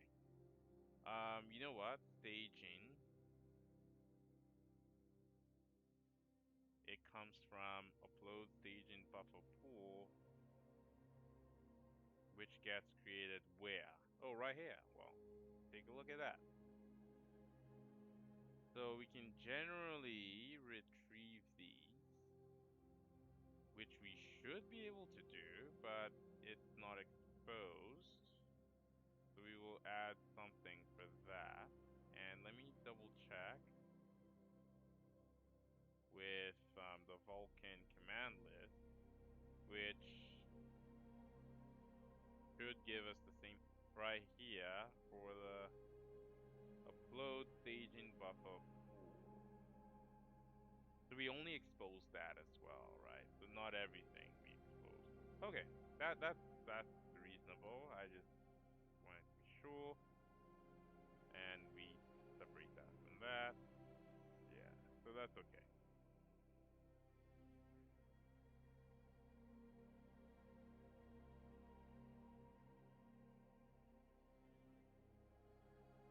Okay, that should do it, I think.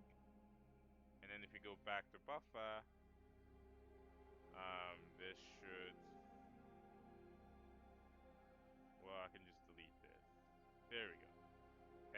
characteristic, so that's perfect. It literally works almost the same. And what we'll do now is, since we have the actual allocation itself, we will map the offset, and then so staging. Oh my God.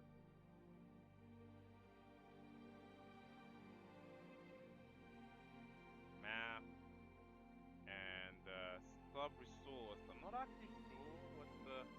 I think the sub resource. So this should be 0, and we actually do need a pointer, so we need to have D3, D12 range, and I think this is the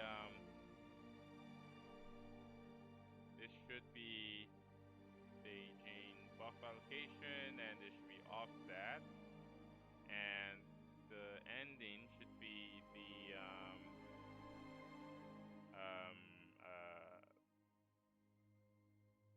yeah, there we go. Yeah, I think that's it. So offset plus plus the size. Okay. And this is not the read range, it's more or less the write range, right? So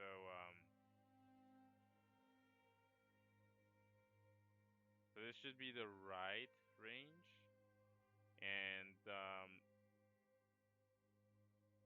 offset, write range, sub-resource should be 0. I don't think we have layers to do this. So yeah, it should just be 0.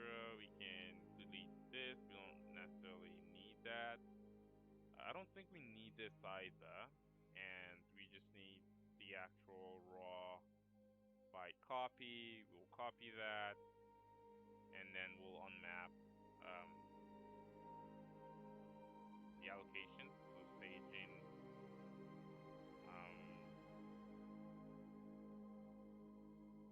And that should be that as well. And okay, alright. So the verify for D3, D12. The insert. Huh? Wait a second. There's no. So we had some assert at some point.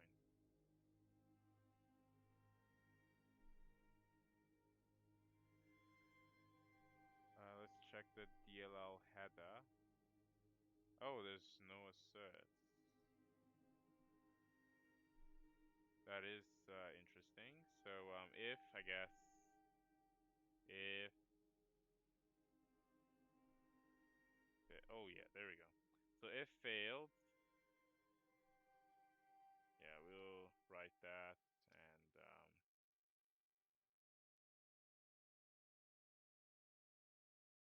and then we'll copy the bytes, and then we will unmap it. And I think this doesn't need, yeah, it's just a void call. And wait, what is this? Okay, so do we we don't even need the memory allocator for this one. And then I don't think we need to call this. But let me double check with the command list. As I recall, I took this from a command list call. This is the swap chain command list. So just right here. Oh, whoa, what is this? Oh, command list data. Okay, command list D3, D12. And I got it from here, so I just need to see what usage of this was. So right here, staging allocation, mapped address. Oh wait, what? We ended up still doing that? Oh wait, no. I don't think that's it.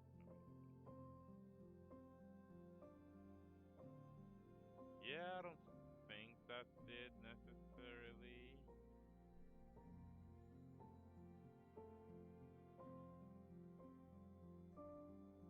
Yeah, I generally don't think we need to do that. And yeah, I think it should be fine. So we just don't worry about it unless there's an issue. Then we can come back and clean that up. But yes, I think it should just be unmapped and then we should be good. And then, yeah, it should be as simple as uploading the staging data and submitting the command list and calling it a day. So that's what I think it should be, and we can delete the rest of the code. We actually create a command list here, by the way. So if there is no command list that's been passed in with the create info, then we just do our own thing here. And with that, we can delete the rest of this because yeah, what is this? This is so we actually simplified. So this, I'm not even sure if this even worked or didn't work. I don't remember. But we generally took all this complexity and reduced that to something that's a bit more easier to sort of it's a little bit more easier to digest, my opinion. So this is way cleaner than this whole thing that we tried to do here, where we obviously needed a large scope exit, we needed some fences, and all that sort of thing. So I'm just gonna delete all that and call it a day. Delete. I think that's it. And you know what? Actually, it just occurred to me once again that since this is in common state, or actually, never mind, this is copy destination. Well, it is what it is.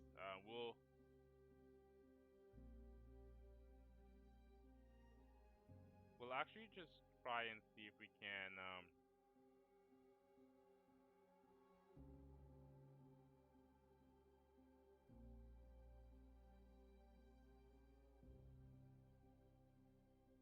yeah, we just get it from the bind flags. I don't know if we still need this. Like, what is this even? If host visible buffer, then we can map the actual buffer itself. Um, and yeah, so okay, well, you know what? What we'll do is we'll just use this. If this gives us issues or if this causes grief, then yeah, we'll know that it's wrong. But the thing is that it's already in common state anyway, so any of these flags should be valid. It's the reasoning behind that. So we will, and this is not the read range, it's the write range. We're copying data to it. This is the write range, and yeah, we copy the data, we unmap it, and we will just separate that step here. There we go. So I think that should be it for that sort of thing.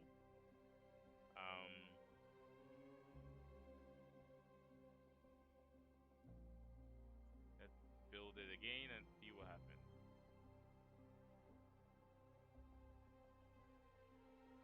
Whoa, whoa, whoa, whoa. Right range redefinition. Isn't it defined here? Right range redefinition. Where?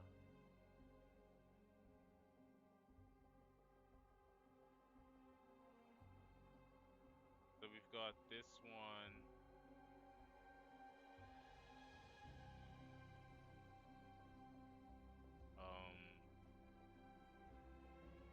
I don't see where this is coming from.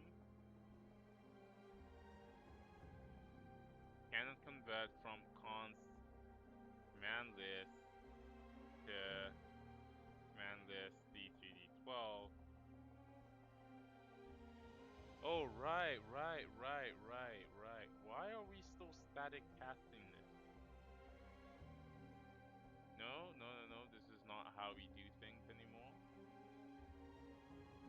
we should be doing is dynamic path from the engine's RT or runtime type information system, the dynamic path. Yeah, there we go. We should be doing this, not static casting thing. And let's actually go back to that buffer. And this needs to be not that. Oh, whoa. Yeah, so that should be what we're casting and not that. Okay, so create buffer does not take 5 arguments. Right range redefinition.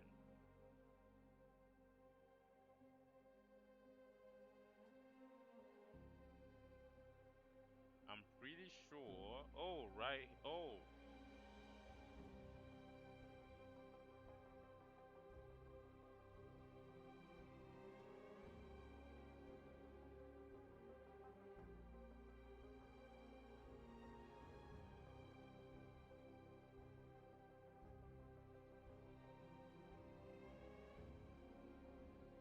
Why is this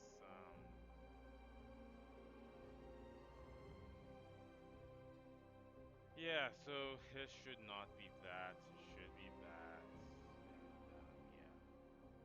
And yeah. Yeah, that should be fixed, hopefully. Hopefully that should fix it.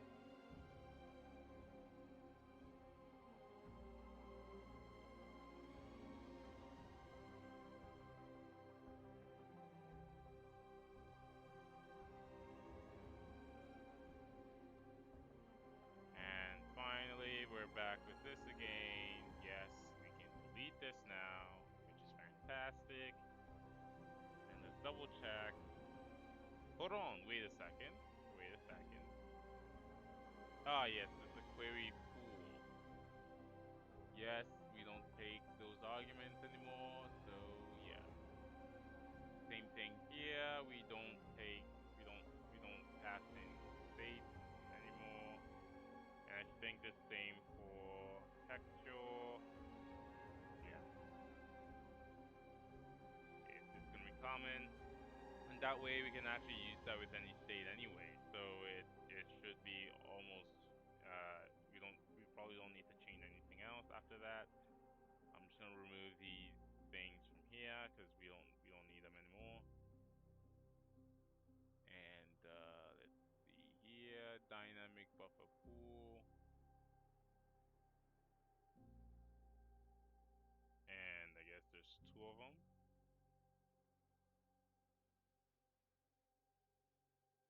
And who else?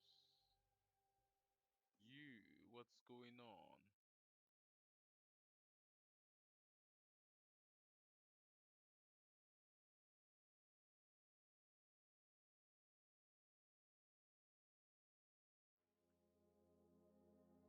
Wait a second, what? Use of undefined types, ecal, command list, creation, description.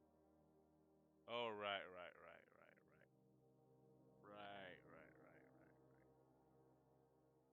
Right. So this needs a command list.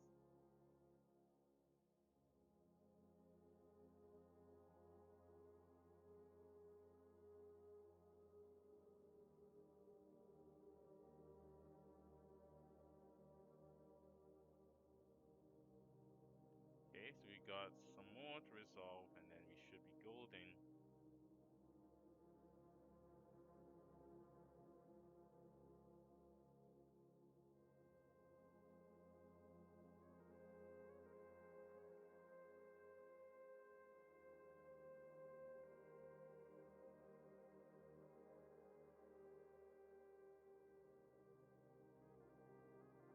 Yep, we can get that out of there. And we'll obviously come back and fix the texture as well, but we just want to be done buffers first.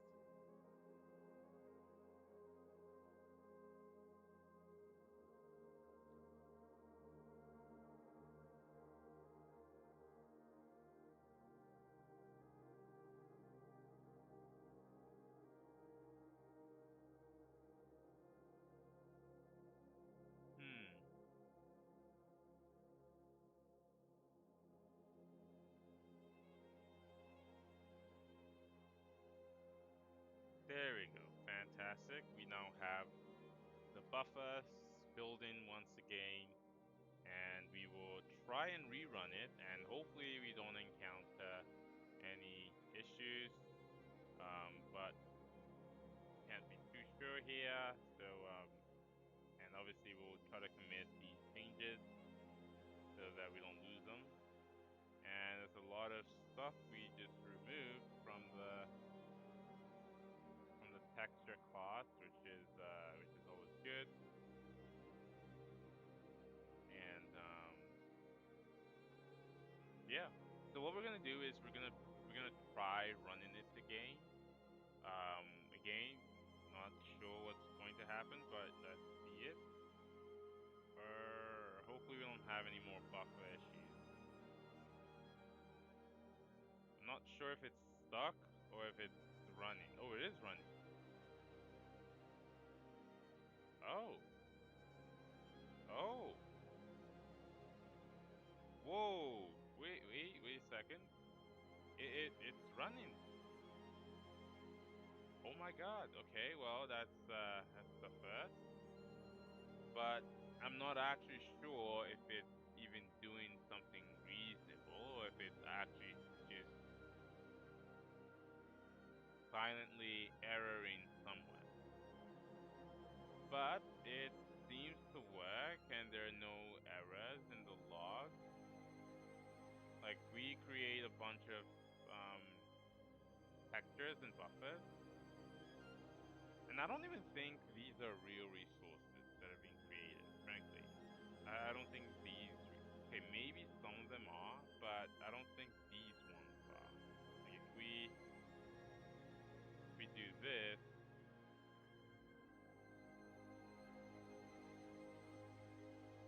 where it's creating an actual debug font texture, like I don't think this specifically goes into our texture pipeline and creates an actual texture. I don't think that's the case. So, and then for the swap chain itself, well, it has a back buffer and mp back.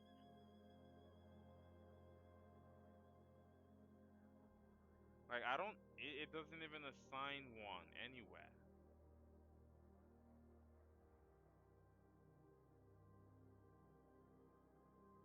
So we don't even have proper back buffer synchronization here, because after we create it, oh wait, never mind, we do create, oh yeah, we don't create an actual back buffer. And I'm not sure why everything else isn't crashing as a result. But you know what? I think I want to see what Pick says about this. And why is this a DXGI swap chain 3? Oh, right. Yeah. That's reasonable.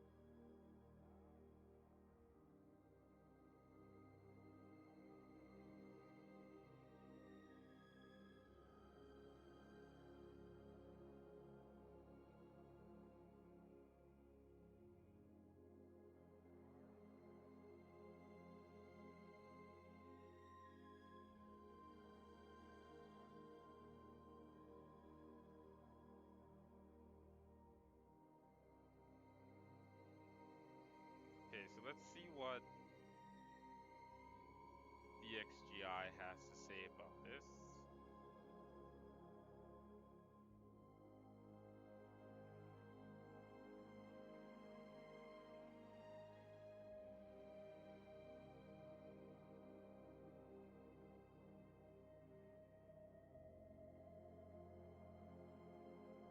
Okay, well, whatever.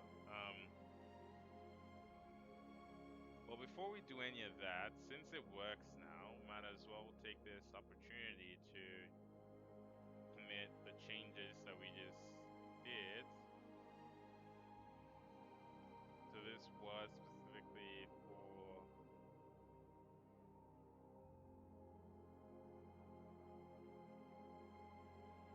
dynamic state, dynamic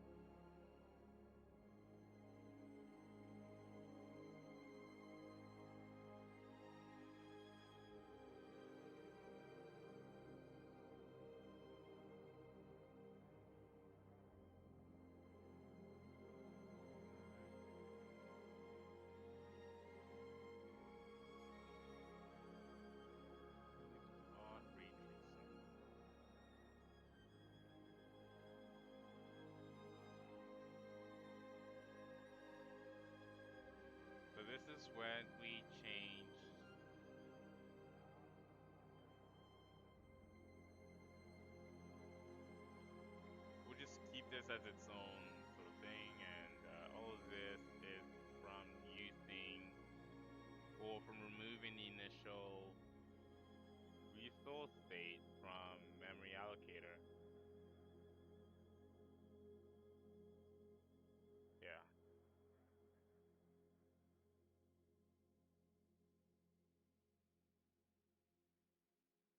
Remove initial state from memory allocator.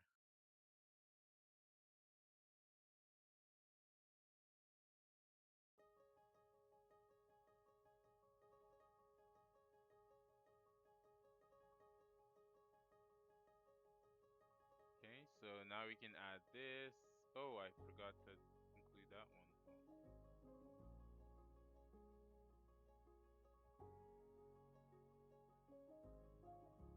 And this is just a general refactor of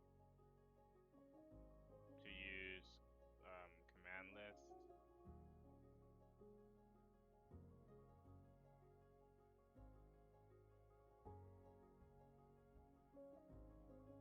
Refactor buffer initial initial data upload.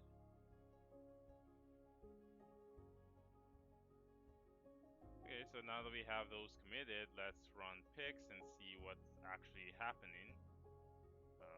Pix.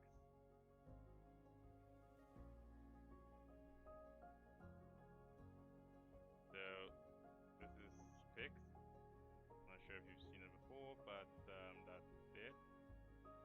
And it's gonna be blinding, so be careful here a little bit. All right, so we're connected to a local machine, and we want to launch a process here. I will actually. We don't want that now, do we? Let me see if I can navigate there and actually get the path to the executable.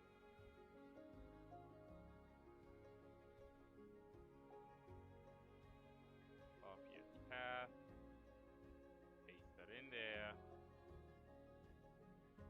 and the working directory is actually going to be just Z as a whole, and the command line is going to be renderer. So it's going to be tiny, so I mean, hopefully you can still somewhat read it if you zoom in well enough. It's gonna be inconvenient, but yeah. Alright, so it's just gonna be renderer.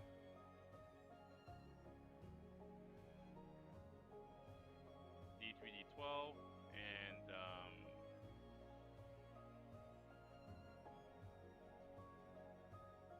we'll just do both, but force D3D11 on 12 to go through D3D11 on 12. Yeah.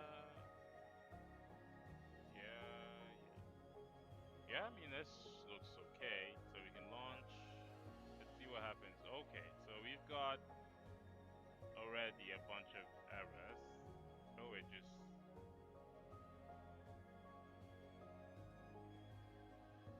Well, let's try that again, I suppose. Launch. It just crashes, actually. So, this is what happens. There's a bunch of errors here. Oh, I guess it's possibly in the terminal then, if that's the case. Ah, no, it's not. Oh, wait, there is a warning here.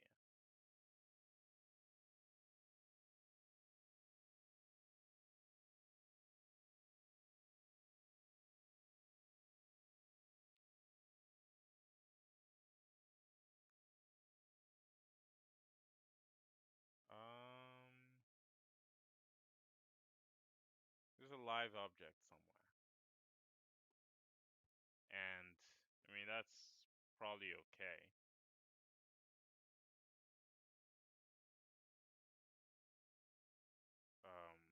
But yeah, that is a little unfortunate. Like okay, what if we run it from here where it actually works. And then we attach the process, and this would be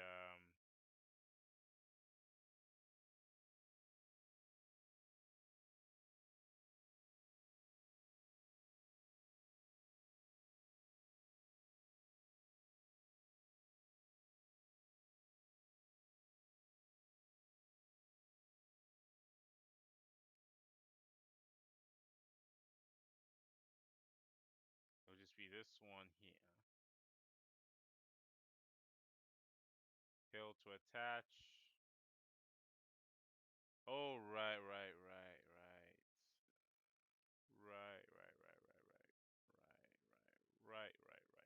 So what we'll do actually is we'll try to do a timing capture if that helps.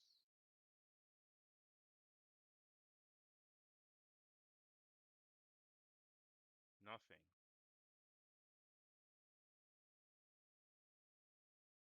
So we were able to run it this time. There's no timing capture information.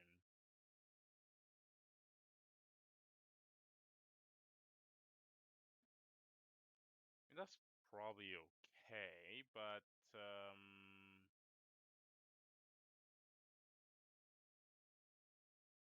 yeah, absolutely nothing at all. I mean, I can possibly start the counter because I don't want to capture anything. I just want to see if we can do anything. The required use permissions for data is missing. Run as admin. Okay. What about this one? Is it gonna crash? Oh, okay, well. Okay, I just elevated the process. Choose run as administrator. Okay, close. I probably should have stopped the process before I did that, but anyway. Let's run as administrator and see what happens with that. And I think we can probably close this one now. And we'll try again with launch process, timing capture. Okay, start recording. Okay, here we go. Okay, so we got something at this point in time. I mean, it should just be presenting without any data because we're not even clearing the back buffer at this point in time. So we're actually probably looking at only the presentation,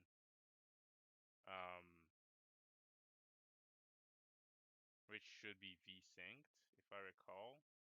And there's a little admin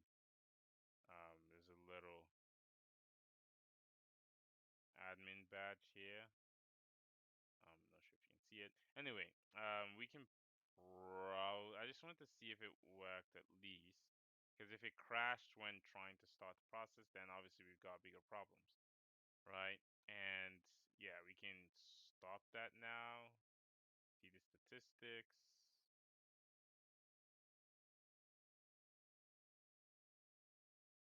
It's a lot of frames per second, I think. Yeah, so I think that's okay. I'm not really looking for anything in particular. I just wanted to see if I can start it at all. Looks like we can start a GPU capture as well. So we can see a bit more information. Yeah, that's it, I guess. Just wanted to check if that worked. Because this would be useful a lot. Oh, okay. Well, looks like it actually captured some things. But anyway, it looks like this would be useful a lot for when we are getting the other things implemented.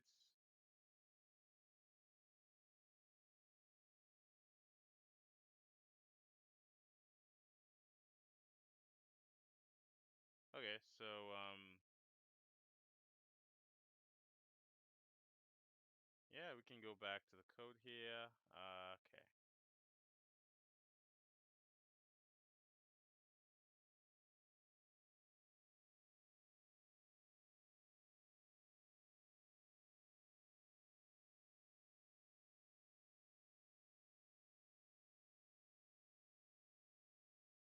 So anyway,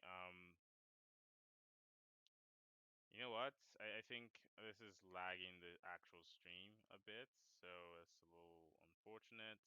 But anyway, what I'm gonna do is I'm probably going to call it a night here, and at least we got the core things done, which was to actually implement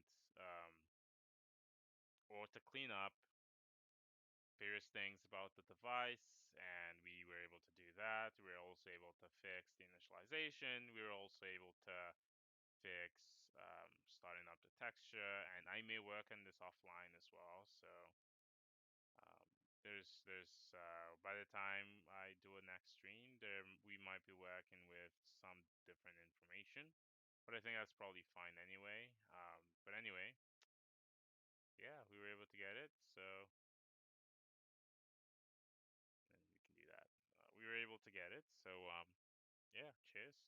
I will see you guys in the next stream, and you know what? Perhaps I could stay a little bit longer, but